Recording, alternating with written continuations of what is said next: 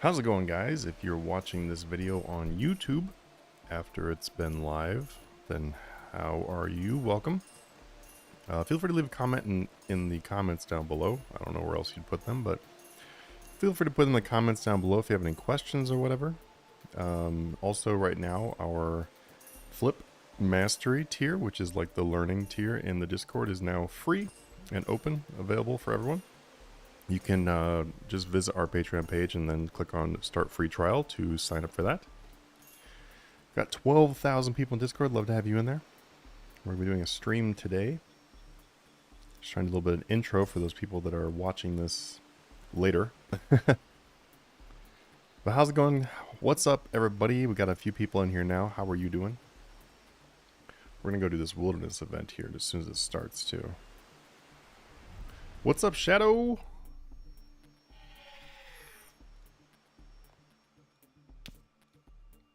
I might just go ahead and teleport to the wilderness thing now.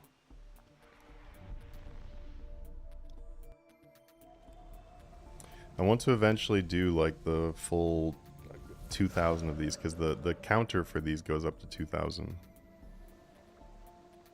I think this is where it's going to be.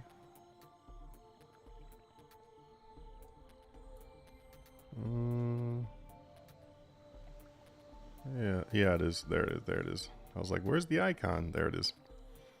Well, what's up, guys? What's up? We got a few people in here now. How you doing today? Not much. Watched you for a long time now. Just getting a merchant though. Awesome, dude. Well, welcome. Welcome to the stream too. What's up, B Roberts? I'm doing good, dude. It's been really busy, like crazy busy this week. That's why in today's stream, actually, I'm gonna be working on a lot of our Discord content while I chat with you guys. Kind of do a little bit of multitasking here because just got a lot going on this week. Have a card show this weekend. If anybody is near Las Vegas, the Rio Casino is doing front row card show. I'll be having a booth there for the weekend, so feel free to say hi if you go by it. Jamil, how's it going, dude? I'm doing great. Do we think bonds will go up even more during the summer? I mean, there's always a chance of them rising with it being summertime. They've been pretty steady right now, though, because they're just so expensive right now. If I had to guess, I wouldn't really guess that they're going to go up much more than they are. I am expecting bonds to go down pretty soon, which I know is like the opposite of what everybody else on YouTube is saying, but we have a lot of factors that kind of show us that the chances of them going down is pretty solid. Wondering if I should buy Premiere now or not. It's really up to you. I'd say we're in a situation right now where if you waited a little while, if they did go up again, I really wouldn't expect them to go up too much. I could definitely be wrong. Obviously, I could be incorrect, but we have a lot of things showing us that bonds will go down soon. So I'd say there's more things on the going down side than there are on the going up side. But it's tough to know. Obviously, it's difficult to know. One of the big reasons why, well, some of the reasons why I say that they'll go down is because before the summertime and the announcement of like bonds rising, which by the way, bonds had already gone up a ton before Jagex announced that they were going to increase the price. So that was already announced before that. And it didn't actually affect the price of them at all.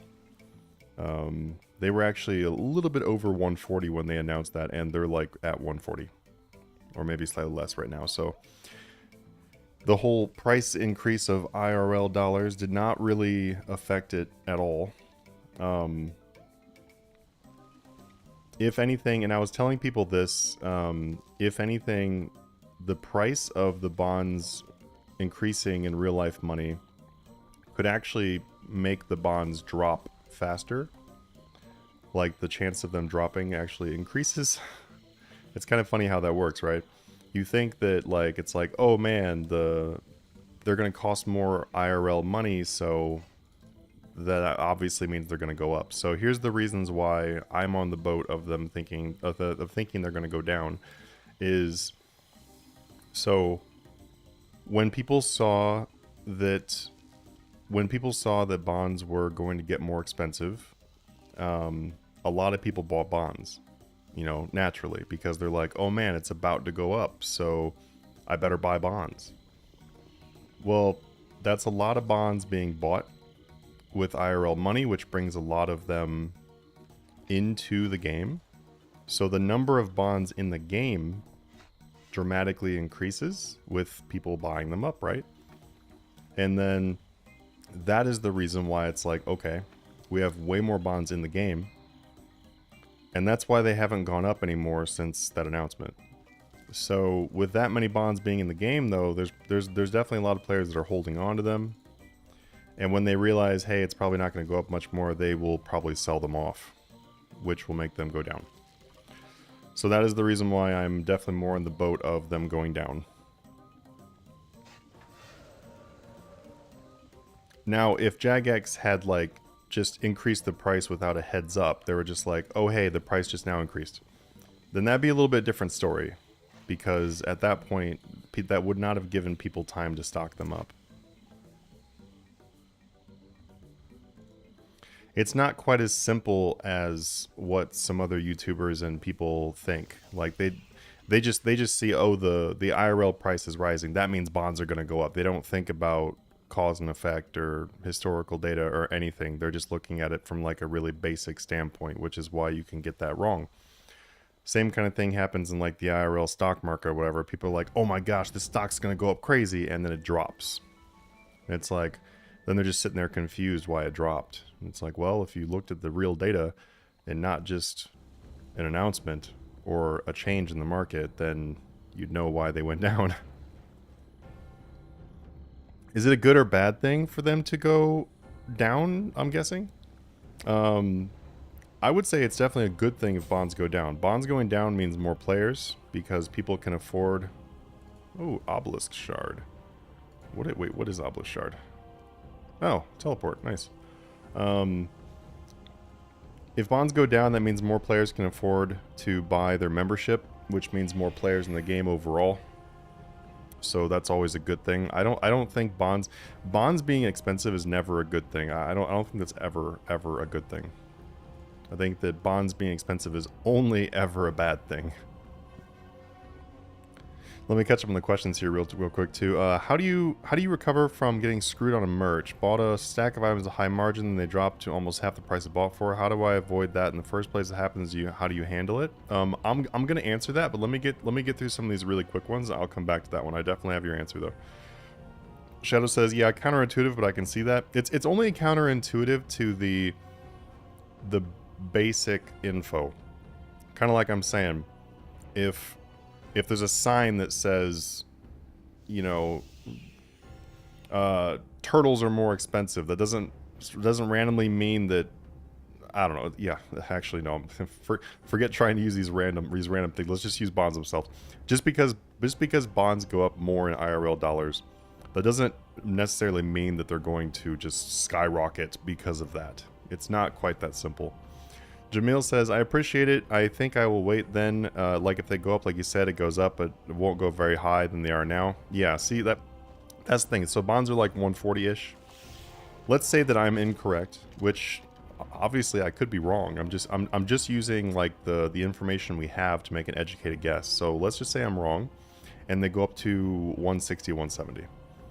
Then you're paying a little bit more for premium. But let's say I'm correct and they go down to 100 mil. Then you are saving, or they go lower, they go to 90, they go to 80. Like, then you are saving a significant amount of money by waiting. And there are more factors on on bonds going down than there are on bonds going up. You got to remember also, Jagex doesn't really want bonds to be expensive. Jagex wants people to be able to buy membership and to be able to play the game. That's what Jagex wants. So I would also say that if they do get to a certain point, I would highly expect Jagex to do something to make bonds cheaper. Like, they might just put some in the market themselves. I wouldn't doubt that at all. Let's see. May Mancy, hope you and your family doing well. Yeah, we're doing great, Ash. Thanks, man. Just super busy this week, like crazy busy. But it's good. After this weekend, I won't be as busy. So you guys will see more streams again starting next week as well. I haven't had much time for streams. That's why on this stream I'm even going to be multitasking on this stream too. What's up, Donut? I can relate this through HVAC, refrigeration, work, and air conditioners. Definitely not a dynamic system. Yes. For the price to be affected by the increase or not. Oh, I see. Manti stocks when? I do actually do a lot of IRL investing, but I don't really know how well that would be appreciated by my viewer base. Shadow Throne says, okay, because when you're talking about the idea, a few things that maybe the rise in price is also a reflection of the worth they became in-game. Well, the value of the bonds in the game and the price of Jagex increasing, like the IRL value and everything, it's not, they're not really that correlated. Like, they're not really. Jagex increases the price of bonds with IRL money because they know that during the summertime, people are buying a lot of bonds. And so they want to capitalize on that. They want to make that extra money. And that's purely what that is. They might also use the backing of the price of a bond in game, being like, "Wow, they're really high. I don't think people would mind paying an extra $1." So they probably use that as a backing, but it wouldn't have been a reason to do it. I would just pay real money at that time. Yeah, there are a lot of people that would pay real money too. But I think Jagex likes players to be able to buy it with in-game wealth too, because over time, you know, those players that like. Jagex makes money from the RuneScape memberships, yes, but Jagex makes a ton of money from treasure hunter promotions and things like that, double XP and all that kind of stuff. So that player that is buying bonds with their in-game money to be able to like facilitate membership without paying real money, those same players are probably still going to be like, man, I should buy some keys or something like during a promotion. So Jagex wants to be able to make the money from that. They make more money from somebody spending $400 on keys than that person spending $80 for the year, you know? So Jagex definitely wants people to be able to pay for their membership with their in-game gold. There was a big strategy around that. The person who came up with that was very smart. Can't say the same about the person that came up with the GE tax, but the person that came out with the bond system, very smart. So my delusional thinking, Vuln bombs will go around 30k with tier 95 release. Vuln bombs can definitely go up. It's not the same type of like, it's not the same type of example kind of thing when it's like we're talking about cause and effect and everything. Vulnerability bombs is a completely different thing. Those could definitely go up, but that will be also based on the number of, on like the volume of the supplies to make vulnerability bombs also. No reason they can't put a cap on price, on bond price. Yeah, they totally could. They totally could put a cap on it.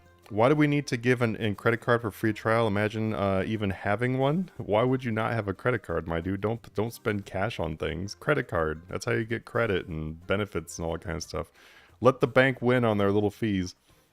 But the reason why you have to have a credit card is because that way you don't have like the same person making 10 trial accounts. That's the most basic reason.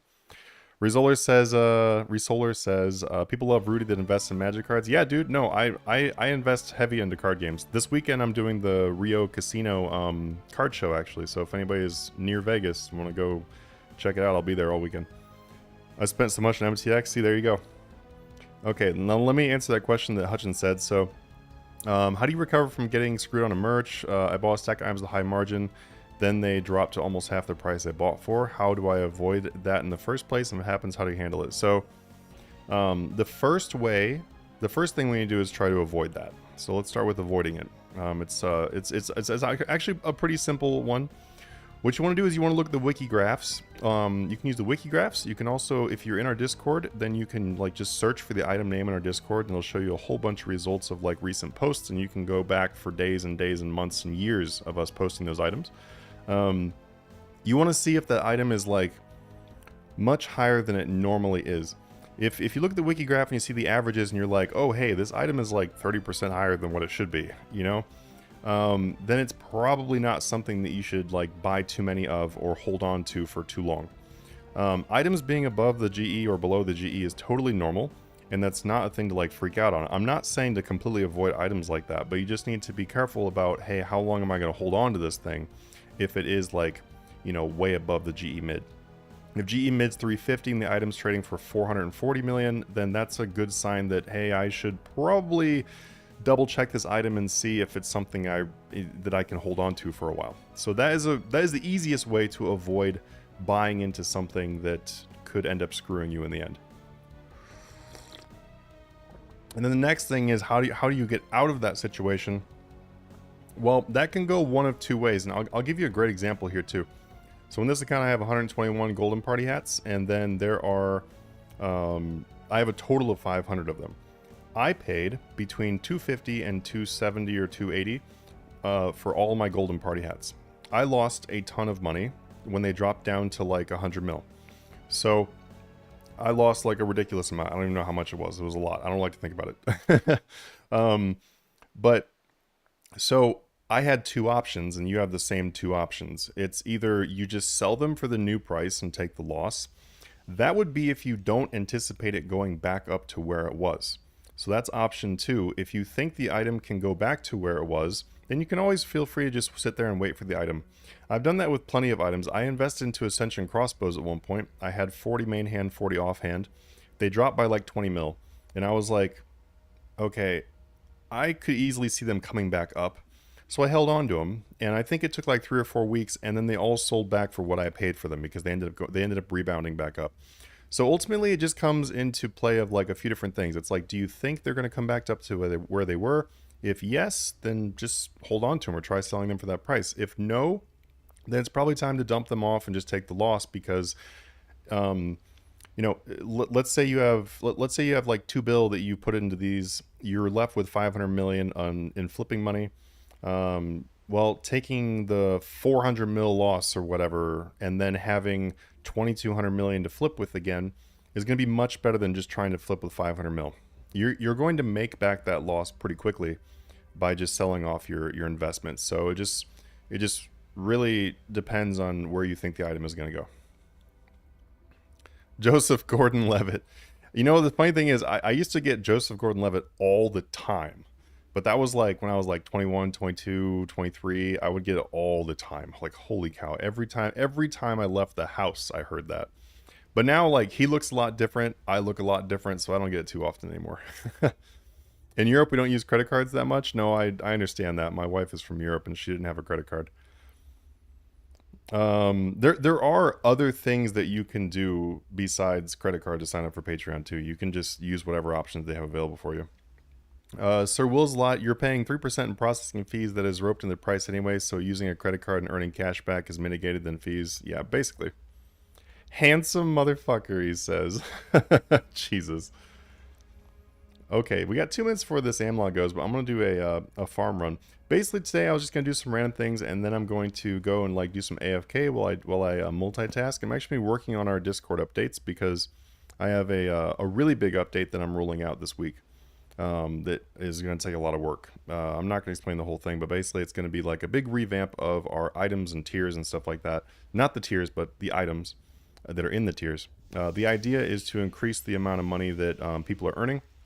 And then the main reason for this change is because we've had such a dramatic shift in the market.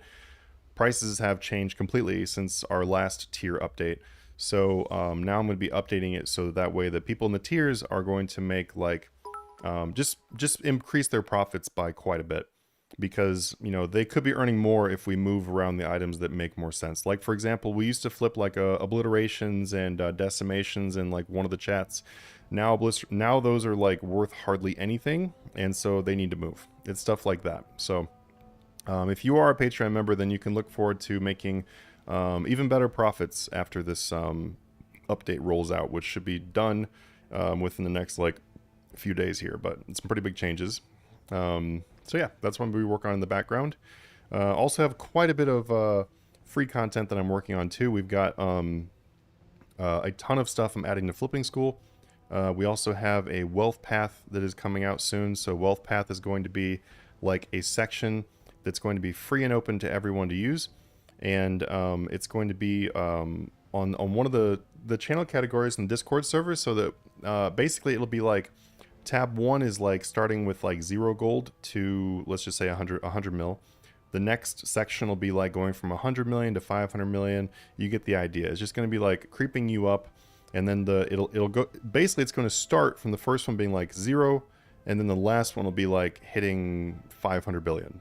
Like, so it's I'm literally going to make like a step-by-step text section that will, people can just follow that and then go from 0 gold to 500 bill.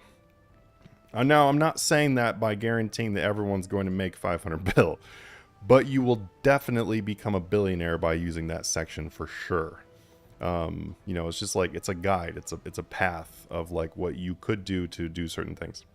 It's all going to be like fairly like straightforward too. It's like, it's going to be very similar to that video and stream I just did where I was explaining people how to make, like how to reach 100 billion. Like it's that kind of thing. It's basically going to be like a text written out form of that with like a detailed strategy of how each step works. Do you think Dragon Rider Lances are a safe investment now? When you say safe investment, are you talking about just like to hold on to for a long time? I think they're in a good place. Something you have to remember too is that a lot of people, if they're going after Aftershock, they'll actually use the armor instead of the Dragon Rider Lance. Dragon Rider Lance was the original like best thing people would always do for Aftershock, but it's a little bit easier to use the armor. Especially because you can use whatever weapon you want to when you do that, and Dragon Rider Lance is not the strongest thing in the game, so as Dragon Rider Lance gets more and more outdated, I actually expect less and less people to use that for Aftershock. So given that, we could see Dragon Rider Lance go back down again.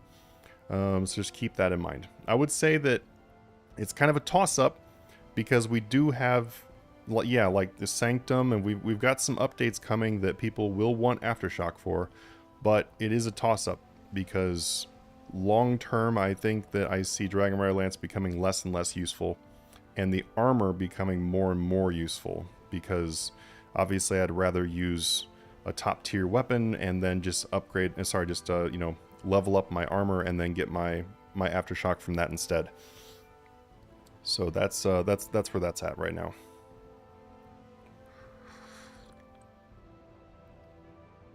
Okay, while we're sitting here, Amlod actually stopped. So I'm going to do another quick Amlod, and then we're going to go and do this farm run. And then, yeah, but feel free to ask any questions or whatever too, guys. It's going to be like a multitasking stream today where I'm just like, you know, helping you guys out with whatever I can. And then, like I said, I'm going to be starting to do some of that Discord work and knock that out too.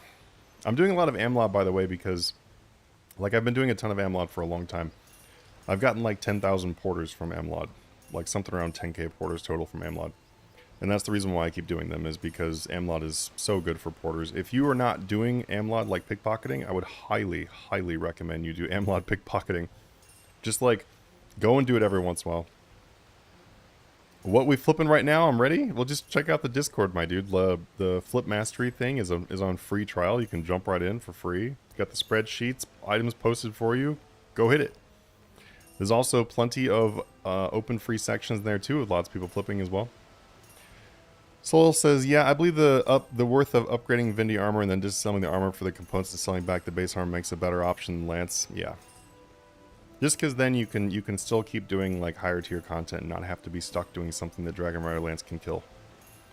Jamil says, does it always happen RS that when a combat style becomes best in slot, all its related items go up? For example, Greater Chain, whatever, if magic becomes best in slot? So you're talking about codexes, and codex or codices, you know, I think that's pretty much, I think that's how you say it actually in plural, but I don't like that word, so we're gonna say it incorrectly and say codexes. So codexes are a bit different than the rest of the gear. So when a style becomes best in slot, the codexes definitely do rise, and that's because you're going to use those no matter what gear you're using. But the gear may not necessarily go up because it's just not the, you know, it's not the good one to use. You're a little bit safer investing into codexes pending an upcoming update than you are the gear, because the gear usually gets outdated with the update because they bring in the new gear, which is what makes it best in slot in the first place. And then the codex, they're going to have the codexes no matter what. With some exceptions though, like when Raksha came out and we had Greater Ricochet, then Rico definitely made range OP, and so yeah, the gear went up. So you just kind of see what is going to affect it. Hey mate, just started watching you and flipping. It's fun. I can't be online now as I'm at work, but will this stream be worth listening to podcast style? So far I think so. You know, we've been on for about 25 minutes and we've had a lot of really good questions. So I'd say right now it's been good. We actually usually get some pretty good questions, so I would say this one is going to end up being a good listen to. Yeah. What's a flip tier? So, and if you look at in the description down below, if you're on YouTube, we have our Discord. And our Discord has, well, there's a Discord and there's a Patreon. Our Patreon has our flip tiers. And so basically for supporters on the Patreon, you get access to different flip tiers in there. Flip tiers just means just like flipping sections. Each section has a chat and a pricing section where me, the staff, and everyone else is in there too, will just be posting prices all day. So you get access to hundreds and hundreds of prices every single day with like the correct buy, correct sell. So you can just plug in the numbers and then make money. We also have the free ones too. We have tiers sections that are always free. You can use those. And then we also have the free trial right now too. So if you guys want to hop on the free trial and give it a check out. That free trial is not going to be available forever too, by the way. So if anybody is like, oh, I'm thinking about maybe trying out the free trial sometime, I would definitely do it sooner than later because it will not be a free trial forever.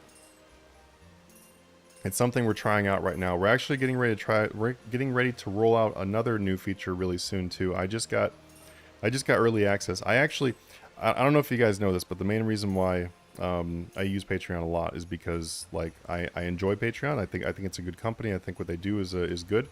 But I also like worked with Patreon. Like I was working with them. I built their Discord server. So if you ever see Patreon's Discord server, I built their server. I designed it and trained their team and everything like that. So I've done a lot of work with them. I'm not just a creator on Patreon. So what's cool about that is that I sometimes will get some early access to some things. And so I've gotten early access to a new feature, which you guys will be able to see really soon. It's going to be a great way for people who are current members to be able to save some money. So, hi, I'm high. Nice. Awesome. What'd you have?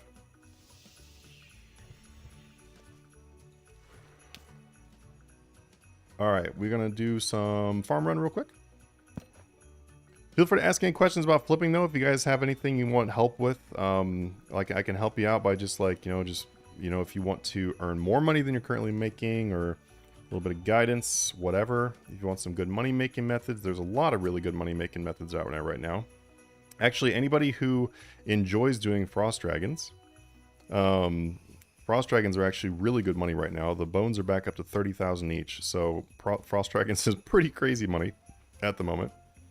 Unpopular opinion, I think $20 a month for your subscription is quite a lot. I wouldn't say it's an unpopular opinion. I would definitely say that is definitely a pretty common opinion. I am well aware that it is not dirt cheap. It was never meant to be dirt cheap. But the thing is though, is it's like, if I go to McDonald's and I buy a cheeseburger and I eat that cheeseburger, and that cheeseburger cost me $3, then I'm expecting a $3 cheeseburger. But if I go to another restaurant and I sit down and I order a burger, and that burger is $20, and I eat that burger, it's a damn good burger, and I'm like, okay, is that worth $20? They're both cheeseburgers. Why would I spend $20 when I could spend $3? The reason why is because the value and what you're getting from the $20 one is going to be much, much better. And that is basically how our Patreon works. Is by we're offering, like, we were the original ones. I was the original person to offer like a paid flipping advice thing or whatever you want to call it. We are the original Discord server for that. So basically, if you want the best of the best, then that is what you are donating for. That's what you're paying for. Now, if I made a $5 tier, then you probably wouldn't expect it to be the same quality. And that's kind of how it works, though. But as you can see, you can ask people in Discord server. You can also look at the reviews, too. The reviews are almost completely positive. I think the only people that ever say something negative are the people that just didn't use it at all. Like, they'll be like, oh, I didn't make quite as much as I wanted to. And then I'll ask them and say like, oh, hey, let's figure this out. Let's help you out and see what we can, why that happened. And it'll be because they just didn't play the game hardly at all. They played like for a few days that month, or they, made like made some issues, like whatever. Like it was things that we ended up solving for them, and then they ended up having a good experience. It's not a donation, it's a purchase. It actually technically is a donation according to Patreon. You donate for tiers. So it can be considered either one. I just use the Patreon wordage because you are donating to a creator. And then the way that Patreon is set up is it's similar to like a Twitch sub or something, where you are donating for a Twitch sub. You're not purchasing that Twitch sub. And then when you donate for that Twitch sub, you may get emotes in return. You didn't buy the emotes. You donated and got the emotes as a reward for being a donator. And so Patreon set up the exact same way. You donate for a tier, and then whatever is in that tier, the creator gives you as a reward for that tier. As far as taxes and everything, though, it's the exact same thing. Like, I pay taxes on the Patreon stuff just the same as I would if, whether it's a donation or it's a purchase, doesn't matter.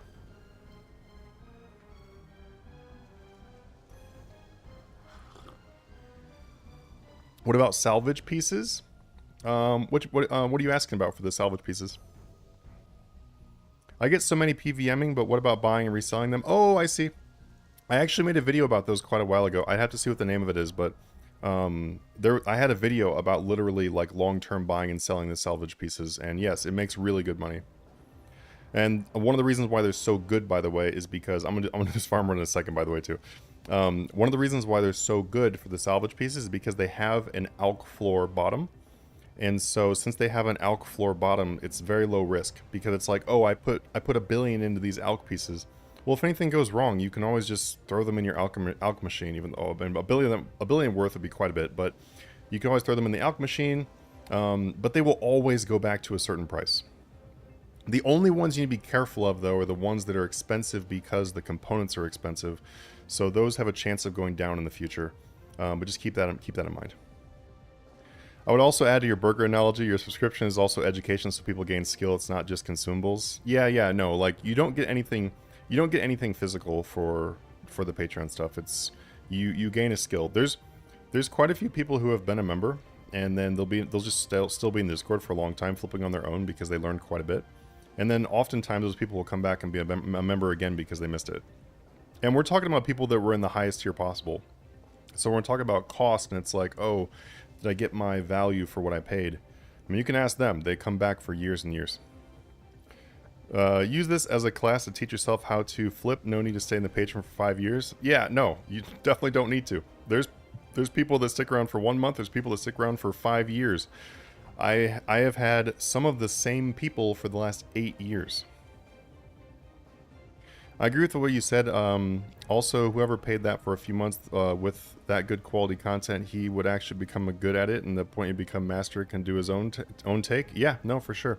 I don't know if you guys know who Flipaholics is, but kind of a good example of Jamil there. So Flipaholics, Chad is his name. He actually started as a moderator in my server. He was a staff member, actually, way before he started doing any of that. I eventually banned him because he was doing some really shady stuff, some stuff that was actually illegal in IRL, not just like breaking terms of service game stuff, and so I banned him. And then after that, he started taking some of my content, posting it in a Discord, and then trying to start his own thing and like trying to steal our members. I actually have screenshots of where he was like admitting to doing it.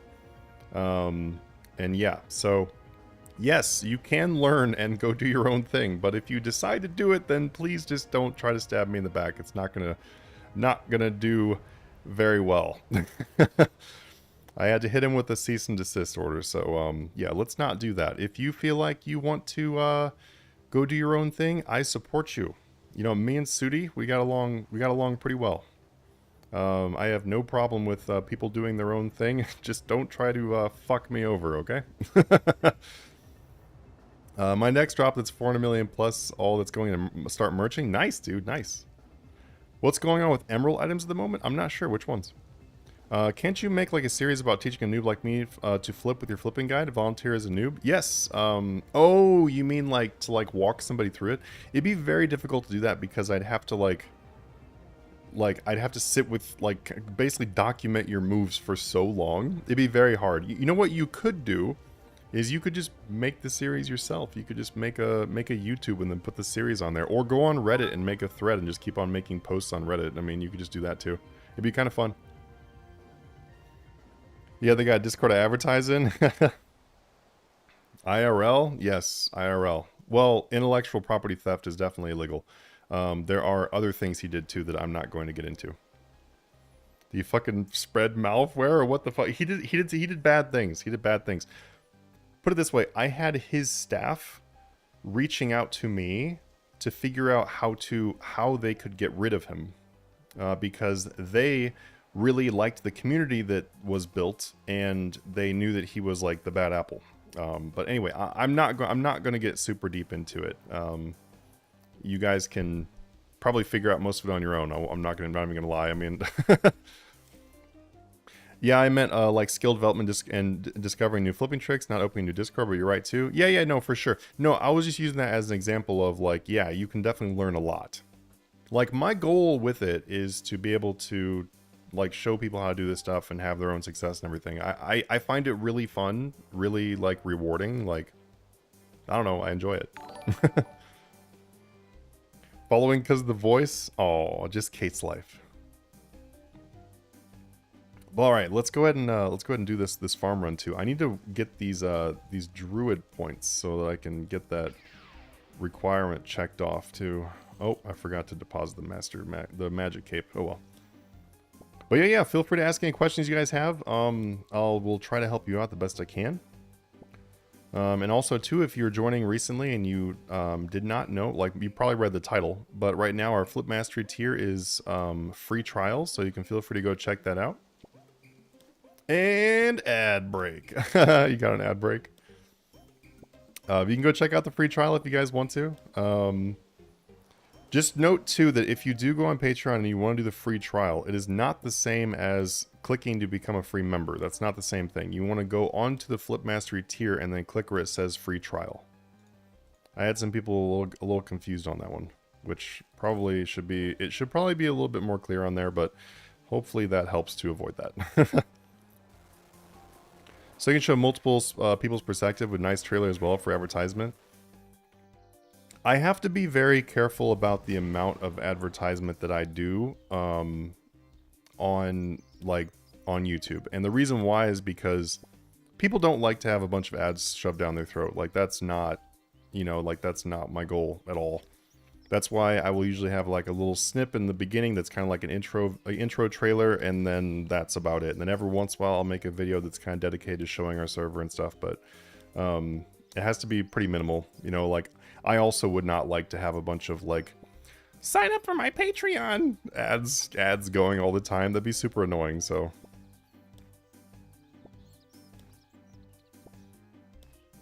But you know what? If somebody wanted to document their own progress, you could always just like start doing that documenting in our Discord server too, and then I could always like compile that all together and make it into like something later on. Like that's totally possible.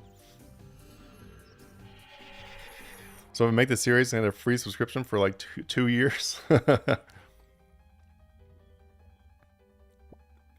One-on-one help for Manti Gaming anytime is one of the benefits of the tiers. How often does this actually come up for you? Daily. It comes up daily.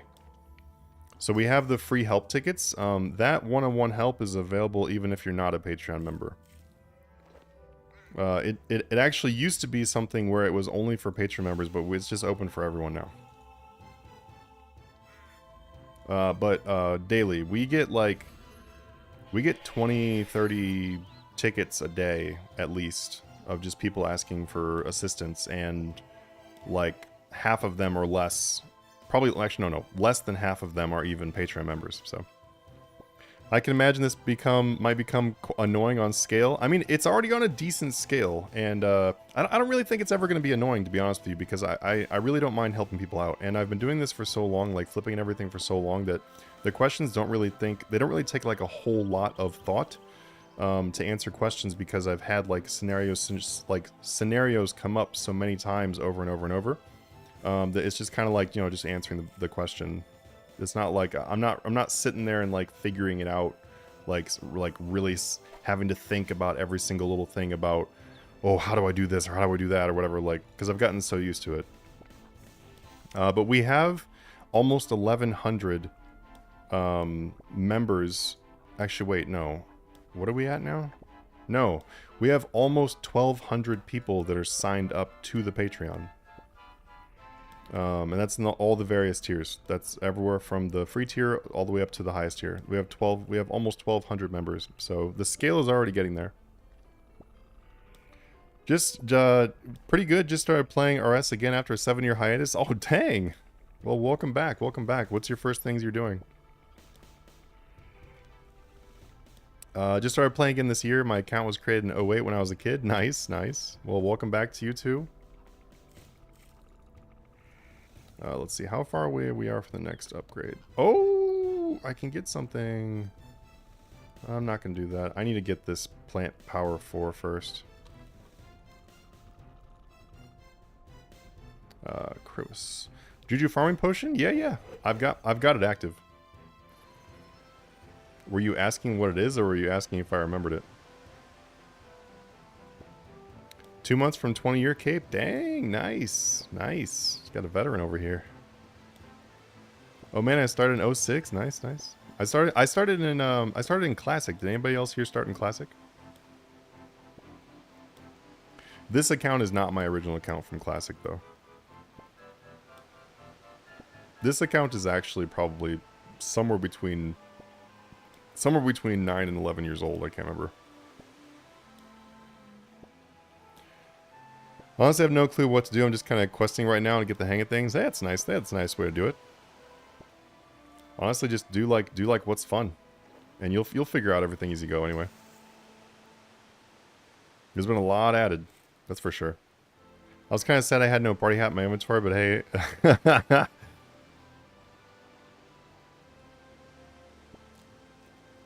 My husband played in Classic. Nice, nice. I'm definitely playing longer than my wife. She's played quite a while too, but not anywhere near as long as I have. Oh, asking if I had it on? Yeah, no, there's Juju farming on there. It's the little timers up here at the top. It's so tiny on here though.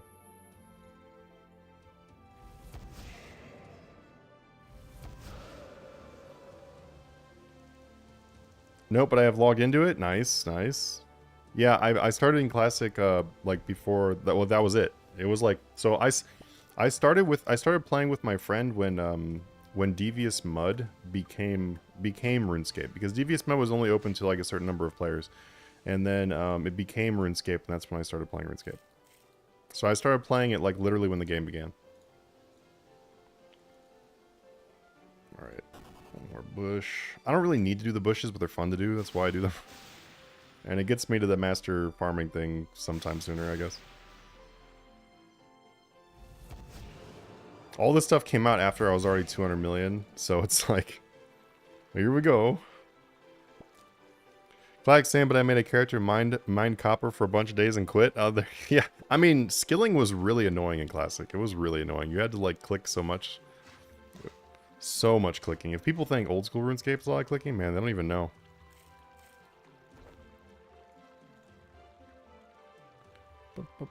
Okay, teleport to the mushroom patches, and then we're done with the. All I do is just mushrooms now, and then it's on to player-owned farms. Oh no! What do you mean they're dead? That sucks. These haven't died in a long time. It's been a long time since those died. I was 11, I think. Yeah, no, I was super young too.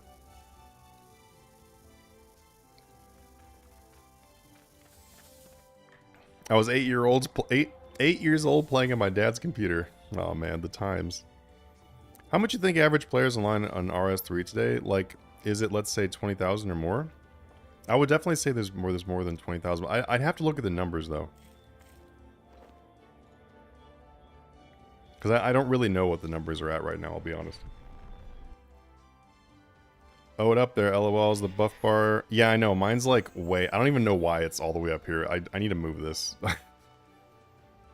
I moved this all around because I was like playing with like a very compact screen. Like everything was very compact, and then I never reset it, so I need to reset it. That's why this is like... It looks like kind of a mess.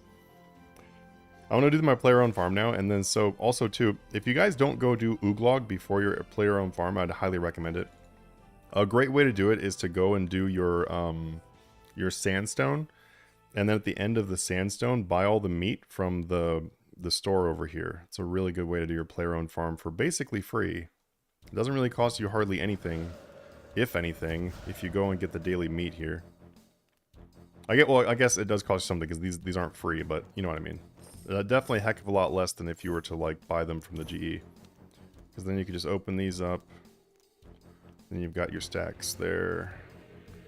Gonna grab the rest of these raw bird meat. And then we go bank this. And yeah, all good to go. So then you just go like that. I need to reorganize I just reorganized my bank, believe it or not. And now I have to do it again. And then we teleport.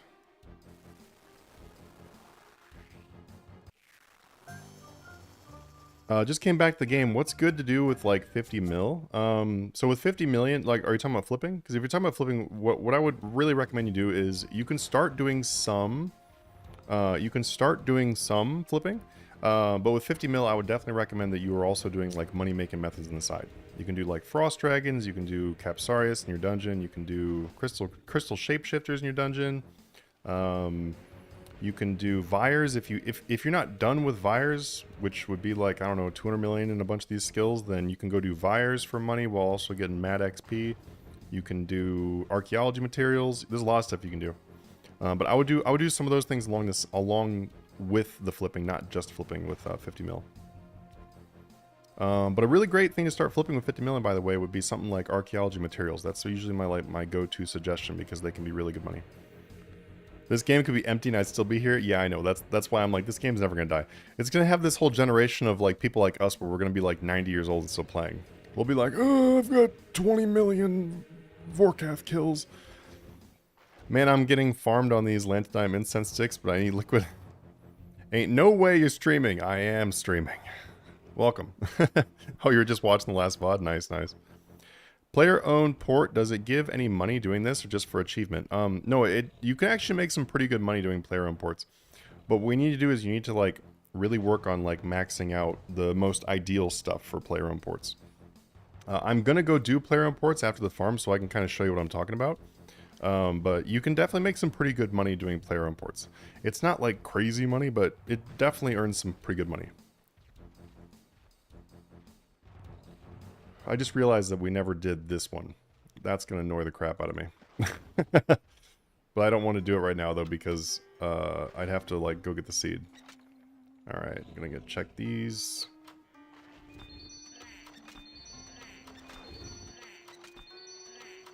Alright, put these in. This is how I do my dragons, by the way. I just let these get to adolescent, and then I just place the new eggs. I don't really worry about... It's like, sometimes there'll be babies in here, but not usually.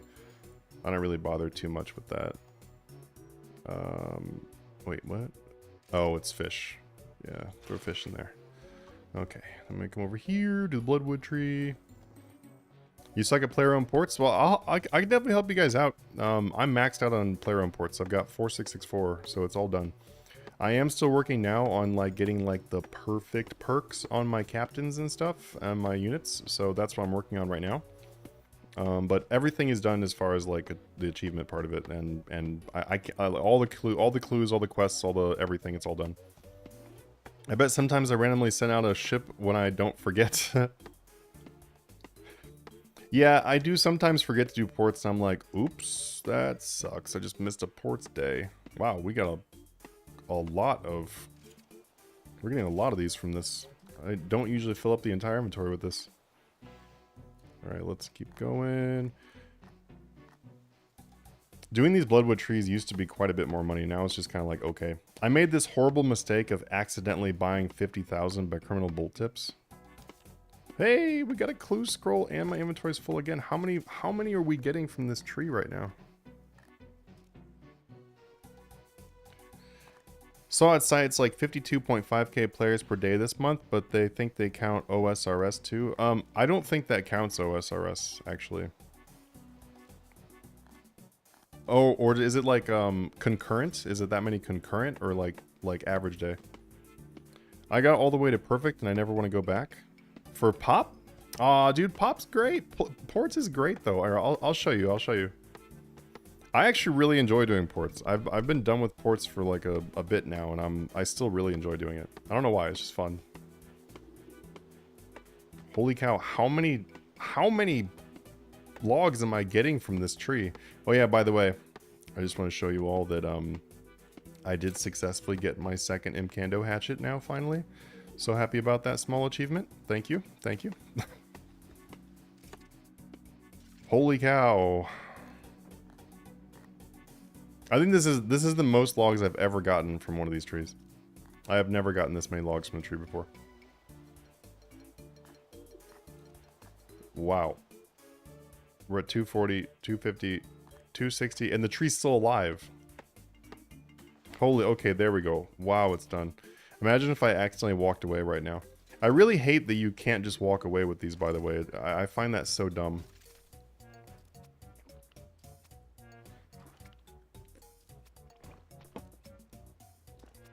Thank you, Kai Lord. Kai Lord and Savior. Yeah, I was like, I really wanted to get one for the tool belt, so I finally got that. Also, maybe unpopular opinion, but I think the crystal hatchet looks a lot better than the Imcando hatchet. I actually don't really like the way this Imcando hatchet looks. It does not look like endgame hatchet. It looks like mid-game hatchet. Maybe I'm the only one that thinks that, but I really feel like it looks like mid-game hatchet. Ooh. I'll take it.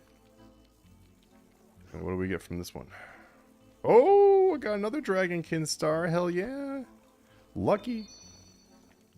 And no effigy pet. Come on, give me the pet. Single-handedly bringing down the prices with one tree? Heck yeah, that's what I'm here for. Alright, we need some money because we are really broke right now, so we need as much money as we can get. Totally a joke.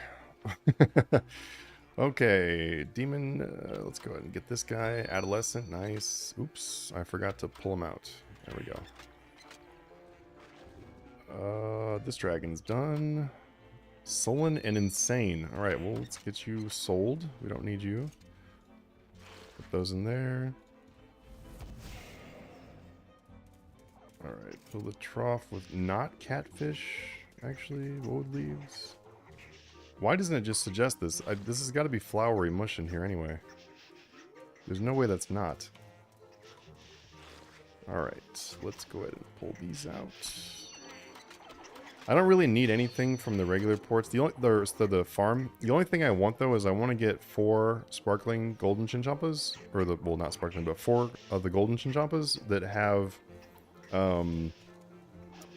Studley viral joyful or whatever, or Studley immune joyful. I want to get 4 of them that have that, and I still haven't gotten that. I'm kind of trying to get them on my own, but it'll eventually get there. It'll eventually get there. Okay, we got another dragon over here. Like, these dragons, they've all got the Studley Joyful Immune. I want to have the golden chinchompas. Then all my zygomites have that too, so I never feed them anything.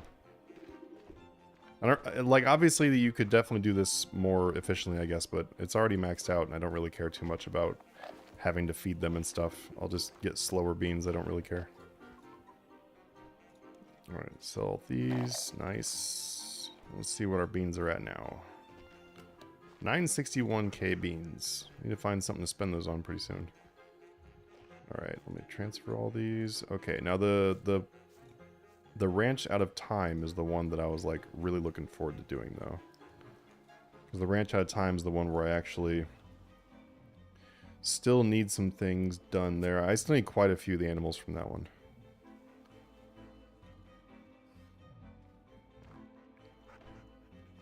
I think it's concurrent actual number, not average, but I think I have no idea if they retrieve. If it's concurrent, then it definitely could be with old school too.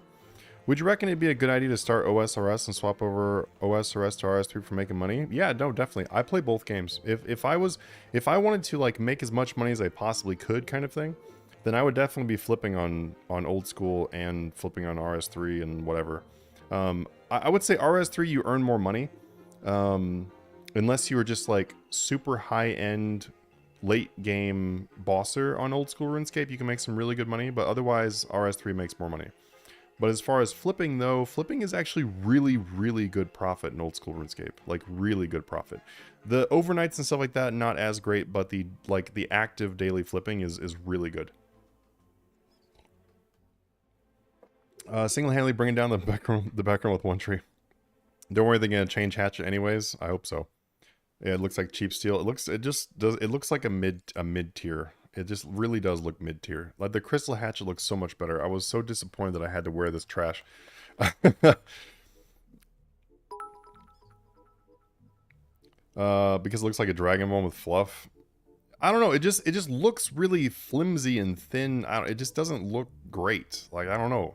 It looks like a downgrade. Then we've got the really cool tools like the one for like the Earth and Song. Like it looks so much better. Also, a lot of players. Yeah, oh, I started to stack Congealed Blood. Yeah, me too. Let me see what my number is.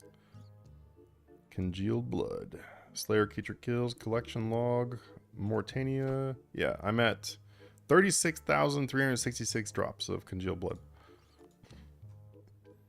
Also, a lot of players might come back because the 110 skills or 120. I forgot what the update is. The update they're working on is going to be 110. And yeah, they will definitely be coming back for that.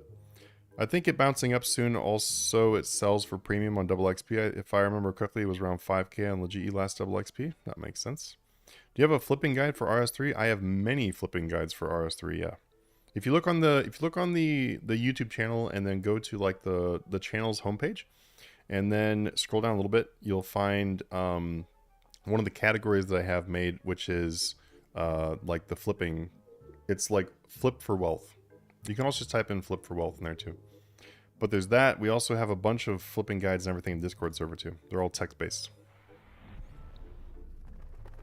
That flip for wealth is a very old video at this point though, so don't mind if it's, you know, on a potato. Hey, the salamander. Oh heck yeah, 2 salamanders. Whoa. Oh yeah. Hell yes, we completed that shit in one day. And a Pavosaurus Rex. Woo!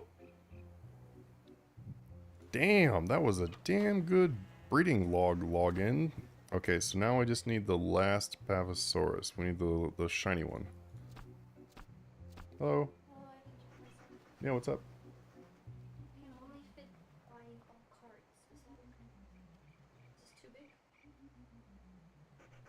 Let me see what all was supposed to be in that one. No, you're good. Give me 1 second. 1 sec, my guys. My wife is rudely interrupting me. I'm just kidding. I'm just kidding. She's making a poster for this weekend for that card show at the casino I was telling you guys about. Buying poster, buying all card. So you can fit what? Buying all cards? Yeah.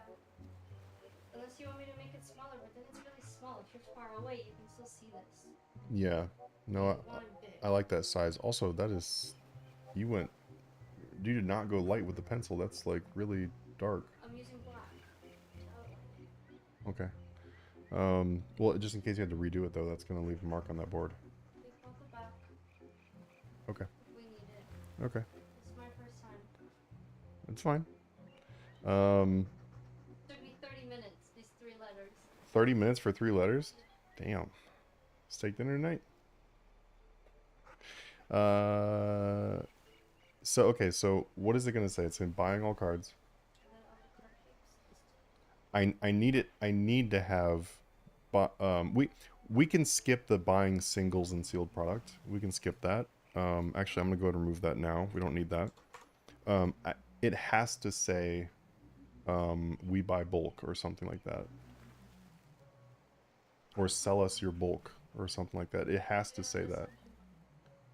No, it's part of the buying. Buying cards, buying all cards, and No, it needs to say like sell us your bulk or something like that.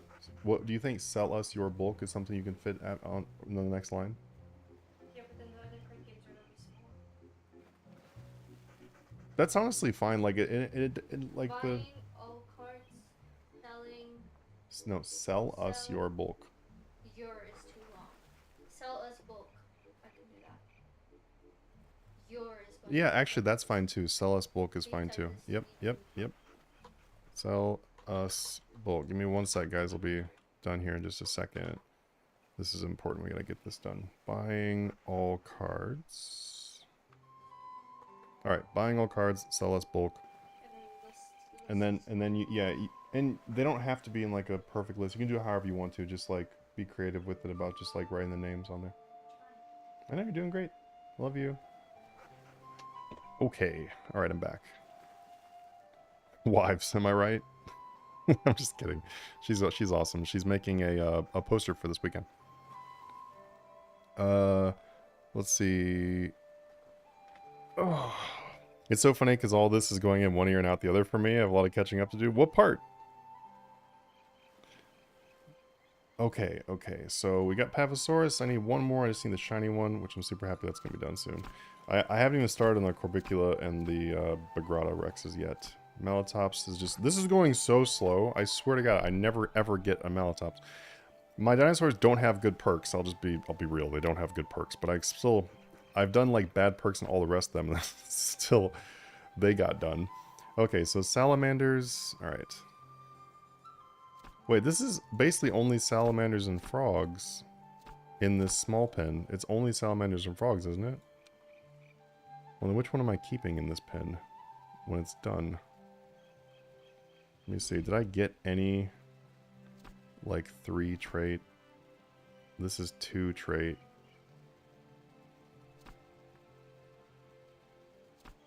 Huh. Well, now these are done, I think I might just leave these in here and not do anything with them yet. Because I want to try to figure out what I'm going to do with those. I need to figure out if I'm going to leave permanently, like what permanent animal is going to stay in there. Joyful Immune, I'm really happy I have this. I really want to get the Studley on it though. And I guess I'll just leave these for now too, because those eggs are not done.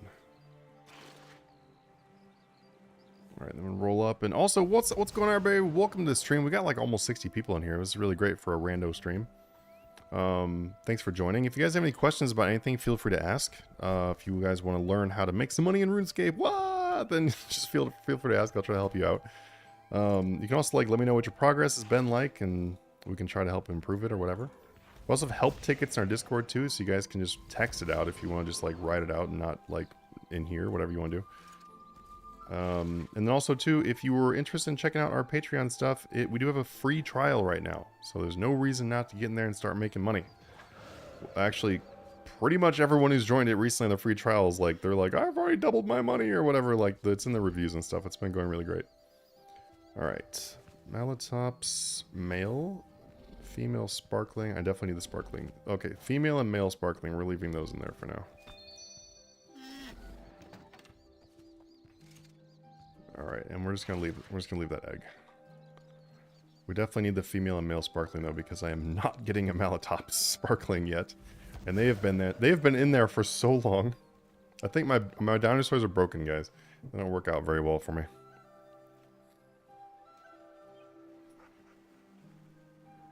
All right, the Rexes. I think that I need to sell off some of the extra Rexes. Let's see. So, female, adolescent, take these. I don't think I need any of those Rexes, actually. Those are all Pavasauruses. I don't think I need any of those. What I eventually want in the Storm Barn is just like a pair of Studley Joyful Immune for each one, and then also some other like extras that are like, I don't know, like best in slot for sparkling or something. I have no idea. We'll see. I need to go have a nice stream, and thanks for the stream today for sure, dude. Hey, thanks for stopping in. Let's set this for Malatops again, I guess, so we can get rid of those. All right, Malatops. All right, let's go do those ports too, because I did tell you guys we're gonna do ports. Let's go do ports. All right, and also too, I don't understand this, but I'm pretty sure that if you go to the fort to do ports, then it doesn't let you. I don't think it lets you buy a captain, and I'm still missing one more captain that I want to buy. All right, so first let's go to visitors. So, okay, some quick tips on ports. Quick tips on ports. So as you can see right here, so it's like maxed out. I don't think I can even gain anything in here anymore. As far as like stuff to do in here. As far as like what counts for port score. This is as high as it goes, 4664. So what I really, really recommend you do that as you're working on ports is to start off by, let's see, read shipyard. So when you're doing your upgrade buildings, you definitely want to go for the ones that have like higher quality captains and chance of attracting adventurers. You want those to be top, so don't go for these other ones that have like specific to these things. You want to have captains and adventurers. You could do the one that gives you higher seafaring whatever thing in the beginning if you want to, because if you're in a one that's too early to get a good captain, then you could do that. But the attracting adventurers is so important that you want that 8% for sure. Then there's nothing else you can really get in that. Obviously, just get that. This is already done, but increase XP earned from workshop skill locations by 20%. I would not get this too early on because it's a huge cost that could be used to spend on other upgrades. So get this way later on. The XP is not very good anyway. Anyone know how much Rainbow Aura is? I'm not sure how much it is right now, but I know it's still definitely above 200 million. Like it's way above the mid. They were just like 400 mil. I don't know what they're at right now though. I think they might have went down a little bit. But if you're buying one for yourself, I would honestly just wait for the next Rainbow Trail to come out. Because they'll tank down to like super cheap again. The same thing happened to all the rest of the Rainbow stuff that was so expensive in the beginning and then got way, way cheaper later. Yeah, here, I'm not going to go through like everything in here, I guess. But let me just show you like the really important things. So right here is you want to have the map tables. So map tables is what you want to have for sure built.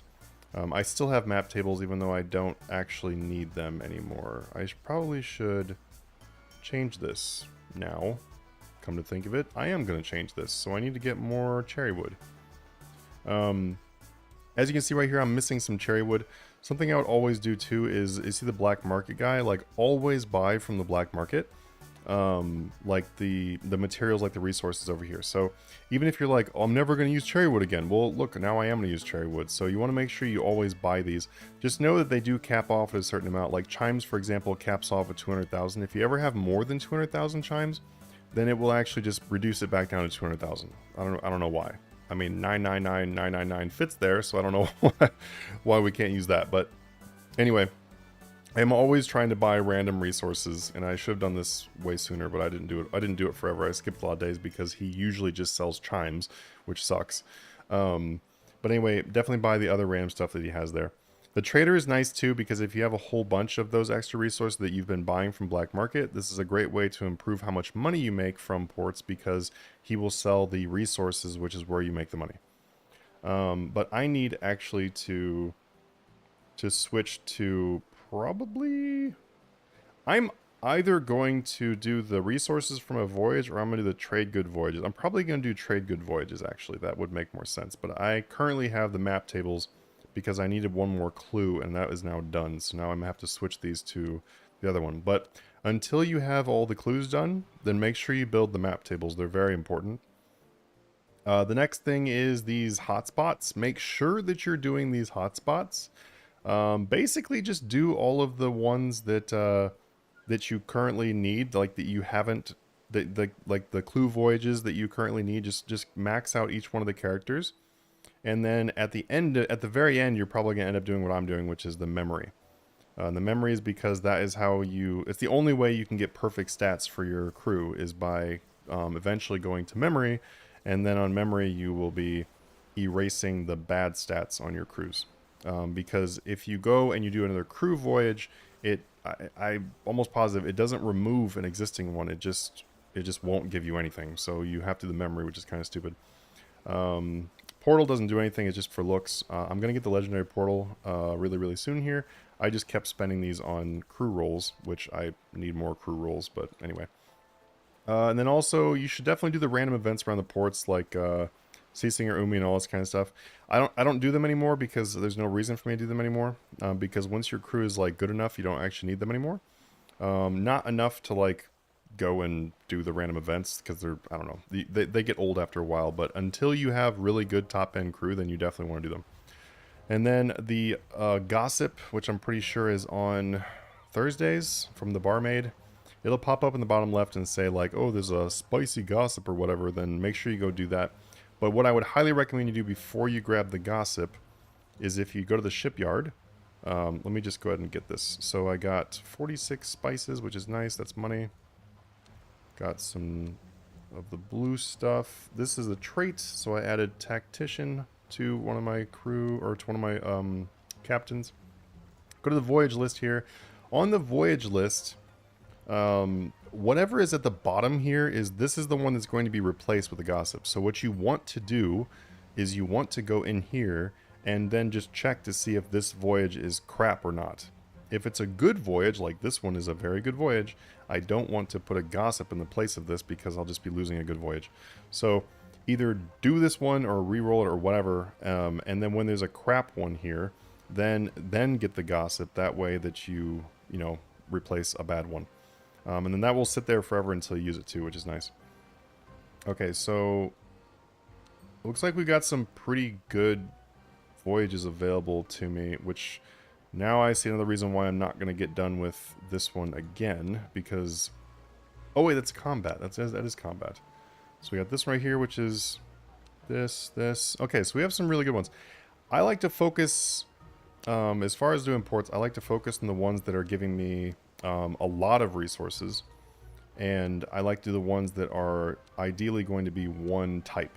And the reason why is because this, for example, this one right here, I'll go to edit ship.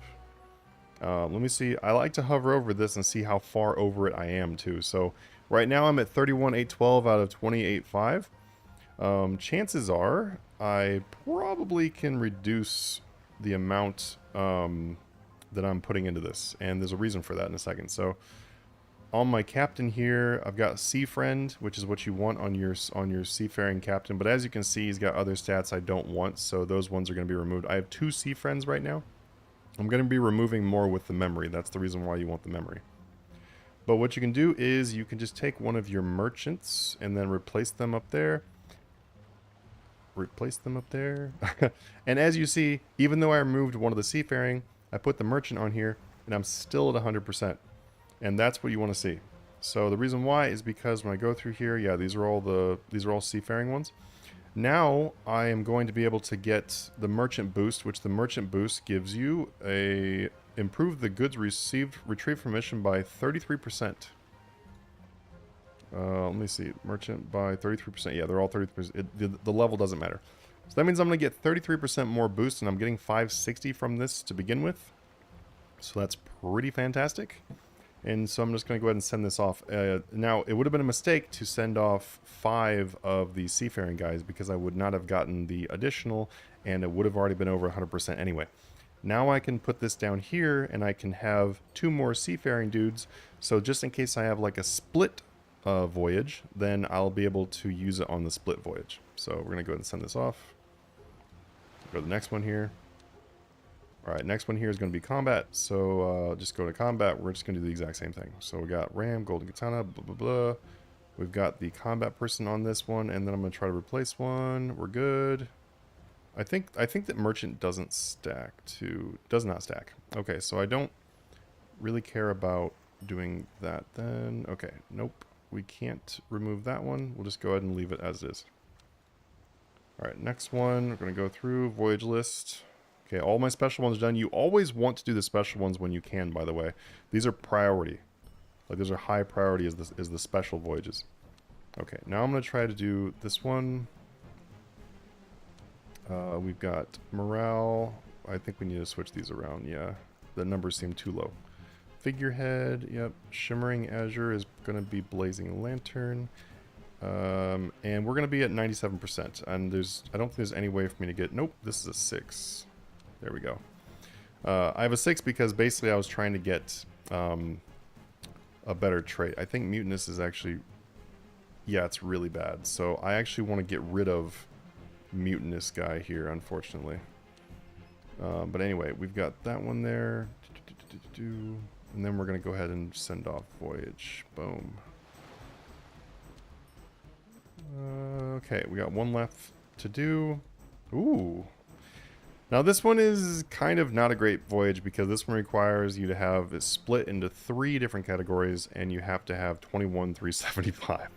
So that is a lot. Normally for ones like this, you're going to have to add effect, and I don't like to waste effects because like I said, I barely get very many effects to begin with, and I don't really want to waste too many of them on the freaking just some Azure for this. It's kind of a junk. Like this mission is kind of junk. We can't do this one either, so I'm actually going to probably re-roll this Azure one. We got Morale Combat. Let me see if I even have enough to do Morale Combat. What do we have left? We've got mostly Seafaring with a little bit of combat. So we're going to end up skipping this one. It's bad. Ooh, Tactician. We need Tactician, though. Yep, I need Tactician, so... Going here, going here. I think I'm going to end up re-rolling these pearls, which is unfortunate, but the thing is, those pearls really aren't that great to begin with. They don't give you that much money, so I don't really care too much about having to re-roll that one, but I need to keep Tactician because I need to put Tactician on something. And I also want to keep this because 560 Azure with the merchant bonus is going to be a lot. 120 is too low. 240 with split. Nope. Multi-talented is bad. 360 on combat. Let me see how high I can possibly get combat. Now see how I'm happy that I kept this extra combat dude, because now I have the ability to put him on here for this combat. These guys aren't going to add much of anything though. I don't think I'm going to be able to get combat high enough for this. No. We're not going to be able to get combat high enough to make that worthwhile. Ooh, it sucks because it's a good one too. There we go. 240 Seafaring, we can do that. Would have much rather gone for that other one though. Alright, so Seafaring, Seafaring on. Now we need to switch these to Seafaring. And then there we go. We basically have 100% on all of our missions, and then that is really all you would do. Now I look at my Seafaring again, let's see how far. I'm actually below it, so I can't really remove any for the merchants, so we're going to go ahead and start a voyage. And then boom, there we go. We got 4 ships with all being maxed. So this is basically what you'll end up doing as far as that goes. Now, if we look up here to the crew, kind of like I was talking about before, this guy, I didn't realize he had Mutinous, and Mutinous is really bad. So we're gonna dismiss this guy, and we're gonna find a new one. Now, unfortunately, it does cost 850, which sucks because that means I'm gonna have to be waiting on my legendary thing again. This is the reason why I'm not done with it yet. Improved speed is not good for a perk, but it's not terrible. Rallying cry. Oh yeah, you can't change that one. This. I honestly feel like you could be just fine by not using or merchants, but I understand that like a lot of the big strategies people will go for is they'll just try to use a merchant in all 4 of these slots on every ship, like on every trip, and that's something they want to like try to go for end game. Let's see if we can do this. Also, by the way, this person right here, so you want to have 2 Seafaring captains, and then you want to have 2 Seafarings, and then you want to have 1 morale, 1 combat. That's typically what you want to have. This is a morale captain here. We have morale captain, we've got a Seafaring captain, we have a combat captain, and then we have a Seafaring captain. And we can get 1 more, but not really sure who I want to go with. It might be another morale captain, I'm not sure. We'll see. But I know for sure though that I do want to get another one of the green dudes here, so we're gonna have to keep re-rolling till we get one. We're just trying to get another morale unit. We wanted one that didn't have mutinous. Even though my captain can't really die anyway because I have lifeboats, it's just nice to not worry about that. Okay, we don't have any today, so we'll just wait till tomorrow. And that's basically it. That's basically what ports is. But you really want to prioritize going for the trade resources. So when you don't need the Azure, like right now, I need Azure. So that's why I'm going for those Azure ones. But once you're like all maxed out on Azure, then you can go for just the trade resources. If I wasn't trying to get really good stats on my crew, then I would be going for those. But I like the idea of trying to max out my crew because, you know, it's RuneScape. We want to get the best of everything. So I want to eventually have like the best perk you can have on like all of them. Like that's my goal for reports. And I'll lose the opportunity to make a little bit of money on the way. But I will still make money though, because I will still go through the trade missions, just not all the time. Just came back to RS3 after many years and not sure where to start. My account is kind of below mid. That's okay. I mean, it's RuneScape, dude. It's fun. Having something to do is fun.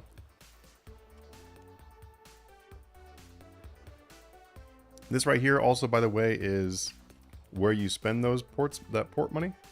I would definitely recommend that you go in here and get like the tradable or untradable magic gear. Like get some of these things that you don't already have. Like having Superior Seasinger Robe is nice because you can disassemble this for Oceanic or whatever you want to do. It's really nice. And then you can come into the bank over here, but let's see, where's the other one at? Scrimshaw Crafter. So Scrimshaw is a really great way to make money because you need to have Ancient Bones. For every 10 Ancient Bones, oh, that's for untradable. Let's go to tradable, actually. There we go. It only takes 4 Ancient Bones to make tradable ones. And then 10 for some of them. So basically, you can make quite a bit of money because it tells right here how much they're worth for each one. So if we look around here, we can see like what some of these are worth. Let's see. Scrimshaws have definitely gone way down, like from where they were.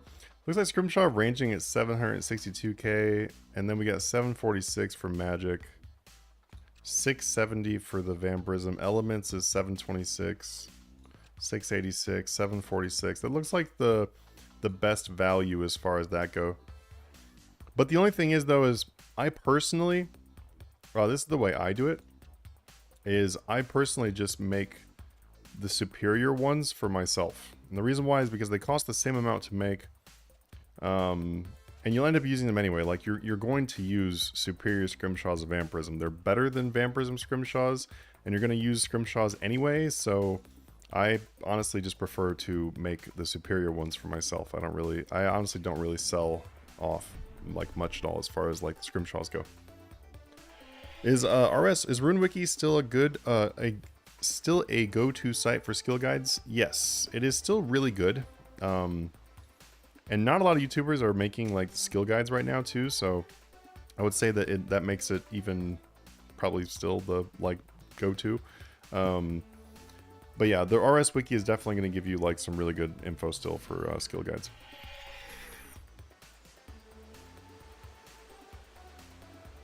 Planning on making some skill guides myself pretty soon, but will not be starting this week though because I have so much to do IRL. They're just not going to have enough time to make the skill guides, unfortunately. Alright guys, let's let my dude sit here and pickpocket for 1 second. I'll be right back. 1 sec.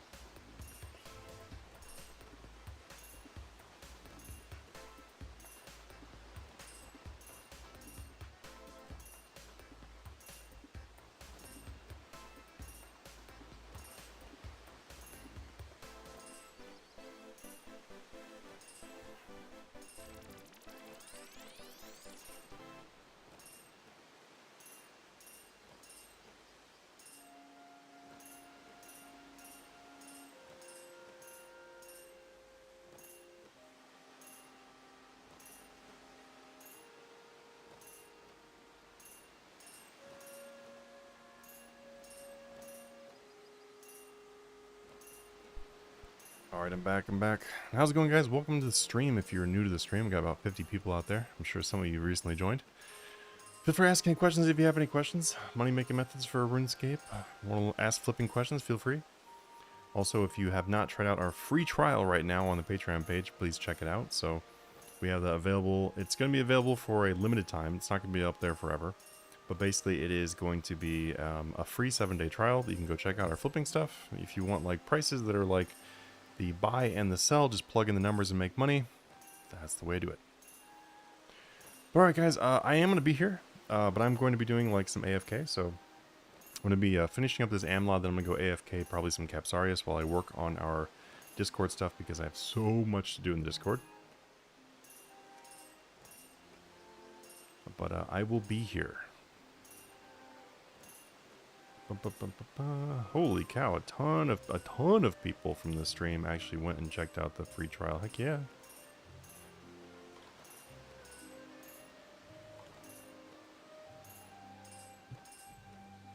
All right. It's so many things I'm going to update on the sheets. I'm also updating some stuff on the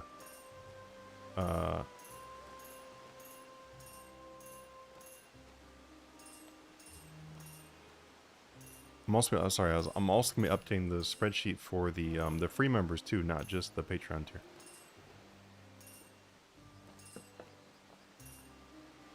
Actually, I think I'm going to go and finish that update now. Maybe I'll go and get the free one done. Okay, where did I put that? Also, is anybody here from like the Las Vegas area, potentially? If you are, you can come say hi. I'm going to be at the Rio Casino this weekend. We're doing it's called the Front Row Card Show. It's going to be trading card game show, so if you like Pokemon, Magic, that kind of stuff, sports cards. We're going to be having a booth there for the whole weekend. It's going to be fun. My wife and I are going to be there. Okay, so let's go ahead and go back. Actually, I'll show you guys honestly, it's still a really good money-making method. I'm actually surprised at how this method remains good for so long. But this is my gear setup that I'm currently using. I am going to have to make a new Serenic piece, like some new Serenic pieces here really soon, but it's still clicking. Oh, wow. That Nightmare Gauntlets were at 3%. Let's go summon the pet. Hopefully it's legendary. Yeah, it is. All right. Let's go ahead and repair.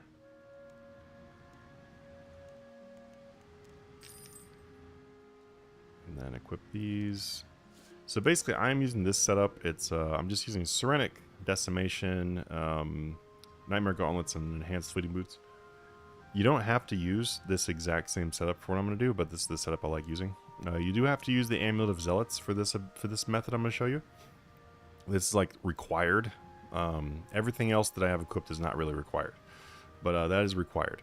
The Decimation is probably going to be your best option unless you really feel like investing into a Saren Godbow. That would be the next best thing, but otherwise Decimation. And you want to use Decimation because Decimation doesn't take any arrows. You want what I'm going to show you, you do not want to be using arrows.